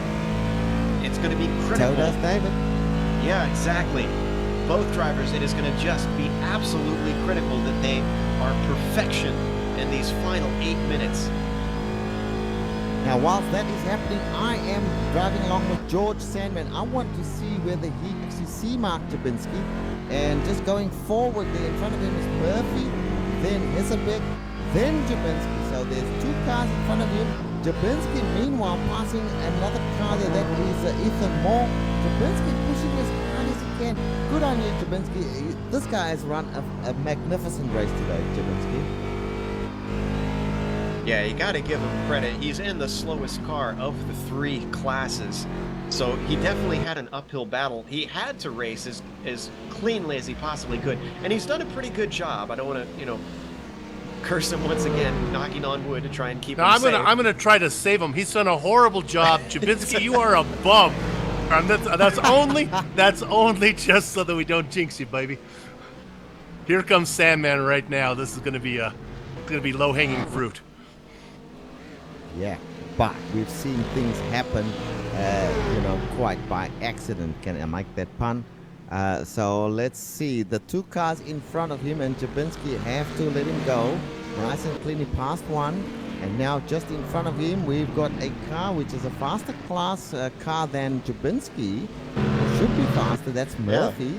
Yeah. But still sitting behind Jabinski. Is he running some sort of defense move there for Jabinski? We don't know. But here comes George Sandman. He has a little bobble out of turn 5. And now he's got, there goes the faster car past Jabinski. Leaves the way open. I think, Bill, you're pretty safe here. That was close. And Sandman should have it on the straightaway here. Let's hope that's nice and clean. And all done. Jabinski certainly can't battle with the DP. I think Jabinski knew that was Sandman behind Murphy. He was not leaving that door open. He shut it. That was his parachute, his safety cushion there. But he's passed on the straightaway. So 4th place now goes to the Sandman. That is correct. Listo still in there battling. Listo, by the way, in 3rd place, 43 seconds back from the lead. Back to Williams and Reynolds, 15 seconds, just over 6 minutes to go. I think that Blake Reynolds should be breathing a little easier now and just concentrating on making sure that every lap is perfect as he can make it. Thankfully for Williams, there are no fat ladies singing in the area yet, so he still has those 6 minutes to try and run him down. It's going to take everything in him. Oh, but no, Williams is heading into the pits! This upsets the whole apple cart. Not Apple's enough flying fuel. everywhere right now. Where is Kalisto? Kalisto gaining on him. He's on the back stretch. How much fuel does Williams need to make it to the end? Don't know, but the gap was 43 minus 18. That was 25 seconds. So that's not enough for David to stay in front of Lionel Kalisto. No, Kalisto's coming around the final corner now, and Williams is exiting, so I think he's clear. Williams is good. He's going to keep his second place. Oh, but he makes contact! Oh, it's Adam Hawks. Hawks obviously not expecting anybody to be hitting this late. He's taken the normal line, which takes you over to the right on the entry to 2. And thankfully, it was a glancing blow, but there goes the hopes for David Williams. Unless Blake Reynolds has an accident somewhere around here, it is his race to lose. And Adam Hawks, of course, was also in a DP. The pit exit is very awkward here at Road Atlanta, so that can happen very, very easily. But David Williams kept going, and he's got a big bobble coming out of turn 7 here, Joe. He's pushing hard. He's obviously taken some fuel because he was short, but now I think the gate is shut pretty much. Yeah, I think all hope is lost for Williams at this point. He is just going to try and put some clean laps in. There's really just not a chance, or at least there's nothing in his hands that he can hope for trying to execute a win. All slipped out the window with, unfortunately, some faulty calculations from somewhere on how much fuel that DP needed. Well, something that may come down to when the white flag falls is whether Sandman can actually catch Kalisto now. That's down to 9 seconds. I know there's only 4 minutes left, but Kalisto's now it's down to 8 seconds. Now it's down to 7 seconds, if I'm seeing this right. Yeah, it's saying 7 seconds on my screen. Kalisto is, Sandman is gobbling up Kalisto. And Kalisto doesn't have anybody in front of him. Now it's down to 6 seconds. Oh, wow. I think Sandman is looking at a podium. I think so. Interesting, but 3 minutes to go. Kalisto must know what the situation is. Sandman is the worry. He's got the third podium position. He wants to hang on to that. George Sandman says, I want that position. I'm in a faster car than you. I'm going to try and take that away from you. The gap is now back up to 5 seconds. 5 seconds. Now it's under 5 seconds. 4.5 seconds. Oh my goodness.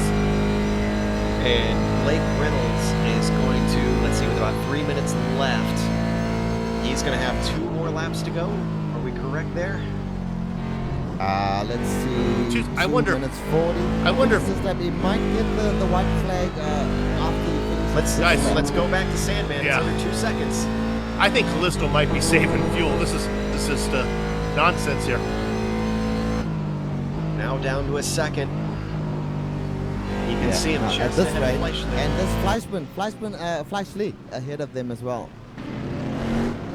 Acts as a buffer, now into the S's. Not really a place that you want to try and attempt to pass, especially with Sandman knowing that he's been closing so fast. No reason to push it at this point. Now, it should get them both on the straight away. Certainly there he's passing Fleischli right now. He might look at trying to make the pass here, and he does. Oh, and Kalisto gives it to him. Kalisto just gave that up, and wisely so.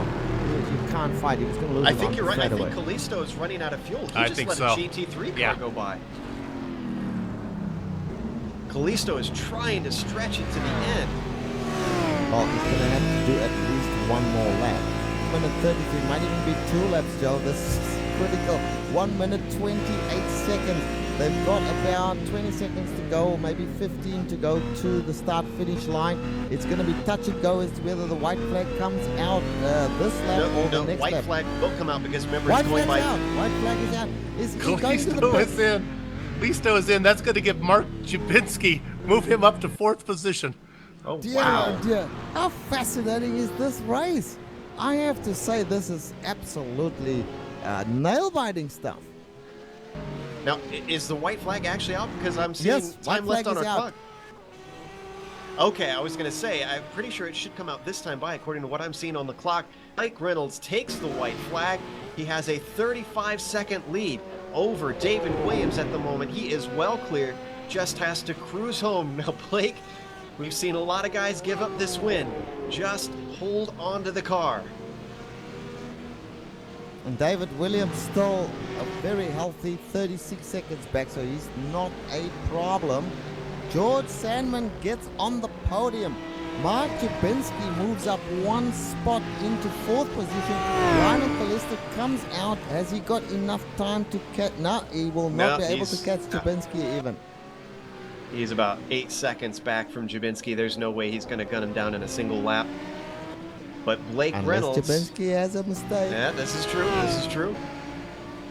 Reynolds, though, 2 more corners left. The chicane and the final turn. He's coming up on some traffic, but he doesn't even have to pass him if he wants. That's Ellen Hayspec and Mark Jabinski just ahead of them. Around the chicane, over the hill, he's got a car off. He's slowing down to make sure he doesn't spin in front of him. Checkered flag is out. Ultra safe, but Blake Reynolds comes to the line to win here in the 10th round of the Pacific Majors for the Interwest 3M Petite Le Mans. And David Williams still coming down the backstretch. He will take 2nd place. I don't think there's anything that can touch him for getting that 2nd place unless that car behind him just straight lines it through the chicane, which he doesn't do, thankfully. George Sandman, Bill. George Sandman is going to bring it home in 3rd place, I believe. Yeah, the old man's going to come back. Nice comeback for Sandman. George, bring me a drink, Sandman. Going to finish in 3rd here with only a few corners to go. Williams upside down. Is that after the race or not? Yeah, he's having some Oh, fun. thank God. And in all this, we're seeing, Lee, is this correct, 7 cars on the lead lap at the end? I see only 4. 4. I think Jubinski's going to wrap up here on the lead lap, maybe. Going to finish last car on the lead lap. Joe and Bill, take your hat off to this guy. Mark Jubinski coming home here in 4th place. Slowest of the 3 cars. The other cars a lot faster. And after 2.5 hours, this guy is going to bring that car home in 4th place. Much more fancied cars. The drivers and cars were at the beginning of the race looking to be faster or ahead of him. Here he is in 4th position. Great driving. And the last car on the lead lap to boot. We going to go to a quick break now that everybody has crossed the line. Stick around because we've got the unofficial results as well as driver interviews, and on the screen we're going to have upcoming races here on GSRC. So if you grab a snack, don't stay away too long.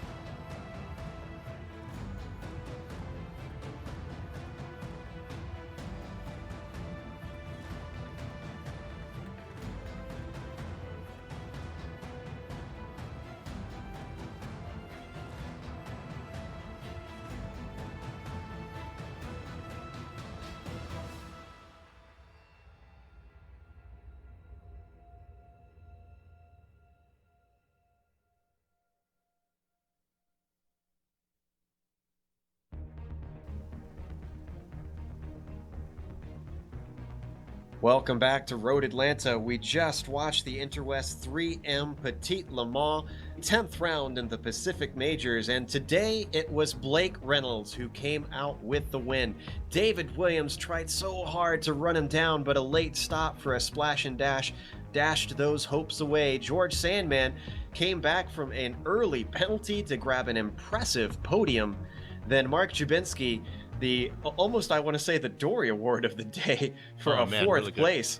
Lionel Callisto managed a 5th place and Rob Gall a 6th. Brian Barnes, we saw a bit of him early on, but then he slipped into anonymity later on for a 7th, and Jason Pitts in 8th. Jason Fleischle, who was in contention for the win early on, made a mistake and cost himself a potential at a top position, finished 9th.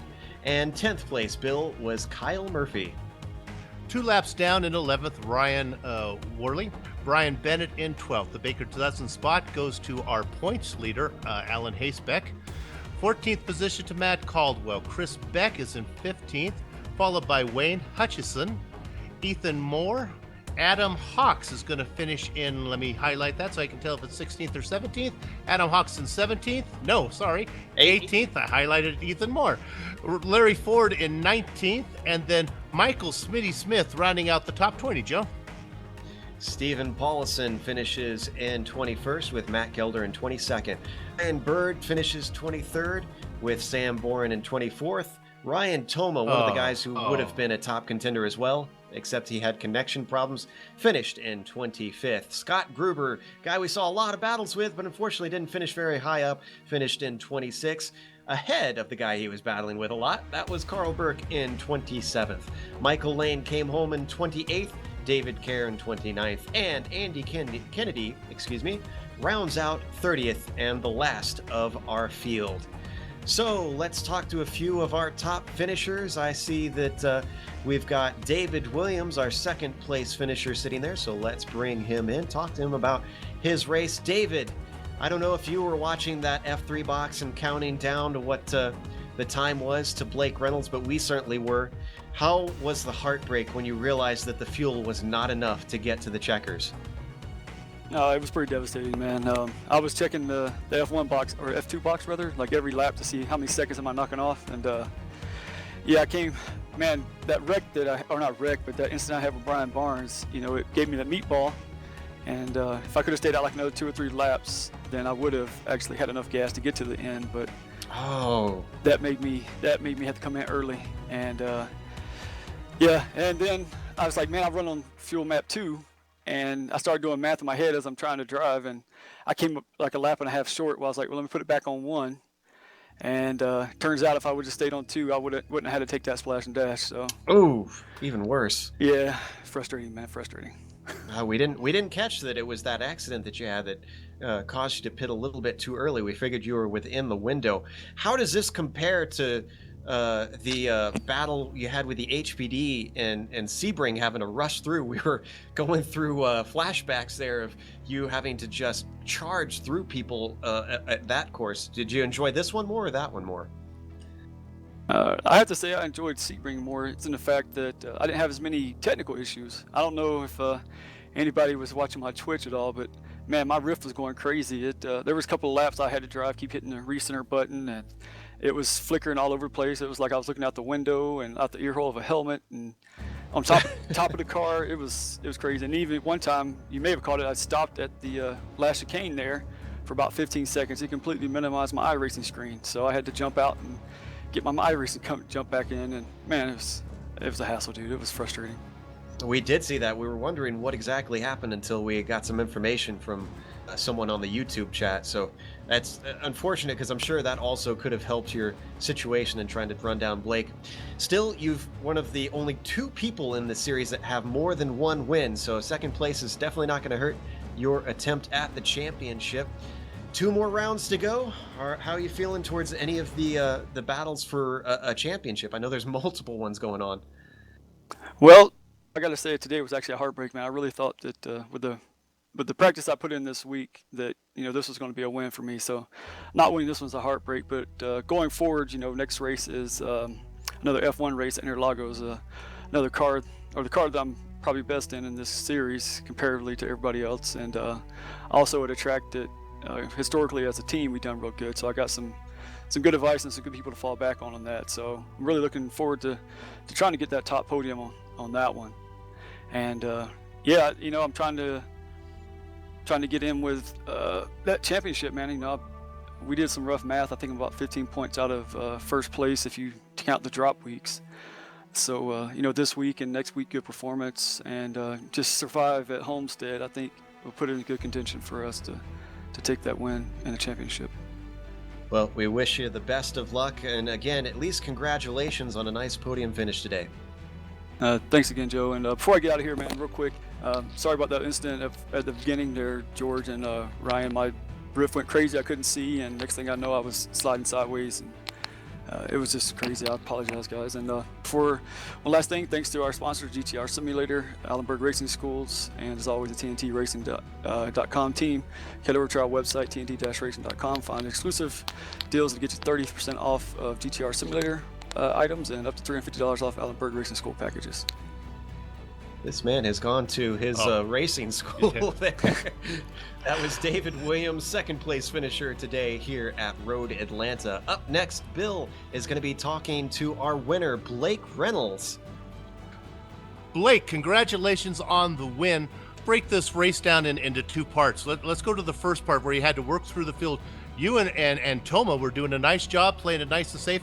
How was it in the beginning, cutting through the field? It was tough. We didn't know when we were going to come out of this, but we were going to be in all that GT3 traffic. Exactly. Yeah, and the cold tires did not help at all. So I was running the exact same speed as them for about 2 laps, and then coming off the corners, I had all this power I wasn't used to, so it was really hard to manage, but we got by them. I was able to battle really well with Toma, and that was basically the first part. Yeah. Now, real quick, were you and Toma, you guys were fighting, or were you playing it nice? It seemed like you were pretty polite to each other as you were working your way through. Well, I wasn't trying to be polite. It's just he happened to be very fast. Yeah, very equal. I couldn't catch him. When I started catching him, he right when I tried to make the move, he would speed up again, and it happened several times. Then let's jump to the second part of the track. Toma has this difficulty. He's gone. You pretty much figured you were going to get to the lead. I want to know how much math you were doing as you saw David Williams catching you. Were you pretty confident, or were you worried? I completely forgot about him. I was trying to focus on Jabinski. I was trying to do the math on Jabinski to catch him, and I had forgotten that he hadn't pitted yet. So until Jabinski or I had at least cleared him, I had no idea that Williams was back there or that he had unlapped himself. So it was kind of scary to see him back there. But I thought he was going to catch me until he pitted. So that was really scary. Yeah, it was fun to watch from the booth as well. Let's talk about coming up. How do you feel about Interlago and the Williams? Well, run Monza, was it last week, 2 weeks ago? Yeah, I'm not sure. A couple weeks. Yeah. I'll try and run, but I practiced for Monza. It wasn't really suited for me, so I don't think you'll see me at Interlagos. But whatever rounds after that, you'll probably see me at. Well, congratulations on the win. First one of the season for you? Yes, sir. Hey, congratulations. And good luck in however you do it when we see you next time. All right. Back to you, Joe. Add another winner to the list of new winners in this series for this season. That was Blake Reynolds, who came home in P1 here at Road Atlanta.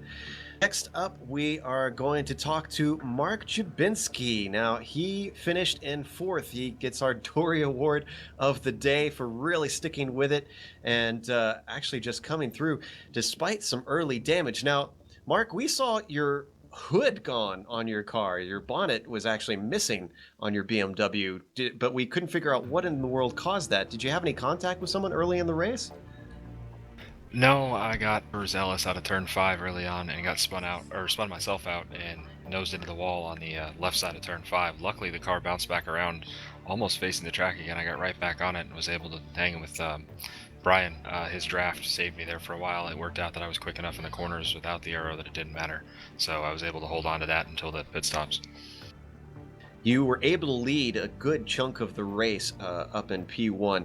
Was that at all nerve-wracking, knowing that you had faster cars trying to track you down and you didn't have a good idea of how far back they were? Or did you just completely put it out of your mind and focus on the task at hand?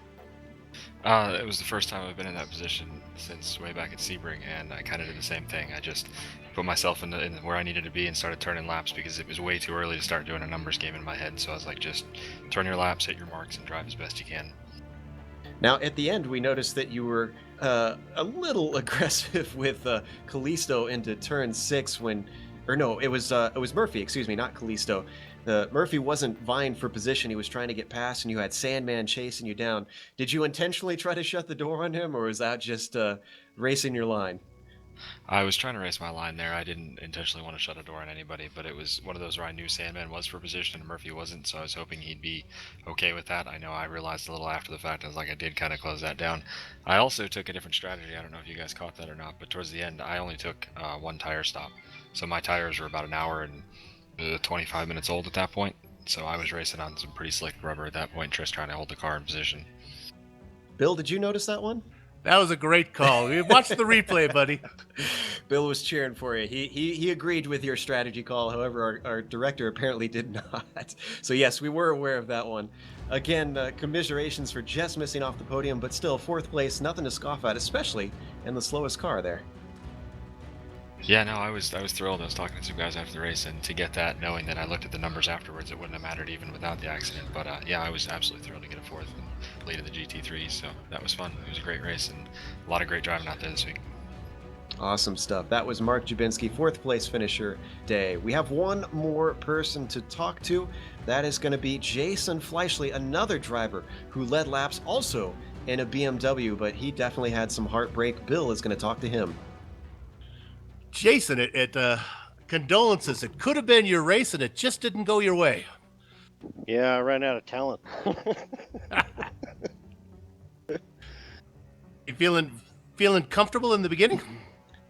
Yeah, very comfortable. So, I mean, this is the first time I've really felt the dynamic track have an effect on the setup of the car. And my setup went to push pretty bad. And I didn't make that big of a mistake there in the S's, but it sure had big consequences. Really? So did you have to make you didn't make any setup changes during the race? No, I didn't. Because it was great through the first stint, and then I was splitting the last two with just short fills, 23 gallons on each one, and I didn't need to make any changes until that second stint. Well, let's move ahead. Let's put this one behind us. Let's move ahead to the next event. How do you feel in the Williams down in South America? You know, it's a high downforce track, so it'll be 8 day according, from different than what we did at Monza, right? I'm looking forward to feeling the car with high downforce. I think it's going to be a good time. And shout out to Mike Willett and all the crew for putting on this outstanding series. It's so much fun. And I think you really, when you look at the standings, when you get a chance, I think you really did a really good job of calculating the Predator time gap. When you look up there, you see all the different classes up on top. Yeah, he who makes the least mistakes in those tends to take it. That's really what it comes down to. And that's, congrats to Blake, David, and George for their podiums, and Mark for beating me in GT3. All right, good luck next time. Back to you, Joe. One question for Jason. Jason, you were the one that was on the front row at Monza, correct? Yeah, we're gonna bring that up. I was just about to ask if you've been practicing your starts. I was hoping for a standing start, just redemption, but no, I haven't. Oh, you had a standing start. Yeah, it helps put it in gear if you want to go. Poor Jason. We actually have a lot of love for Jason, but had to give him a little bit of guff for the start at Monza. It was Jason Fleischle who finished in 9th today, unfortunately, after throwing away a potential good finish with a mistake through the S's. We are going to close up today, and before we do, we want to thank a few people. Thanks to all of our sponsors, Interwest 3M, Volt Vapes for sponsoring the AM class, who was going on simultaneous with this broadcast by LRS. Also to Dallas Mustang Parts and Accessories for sponsoring the Texas Championship. Also thanks to Mike Willett, the organizer of the league. As Richard said, he's done a great job figuring out what is a very tricky style of racing to try and calculate. Thanks to iRacing.com, XSplit, Twitch TV, Audio Technica, Behringer, and AverMedia, the software and hardware that we use to make our broadcast possible.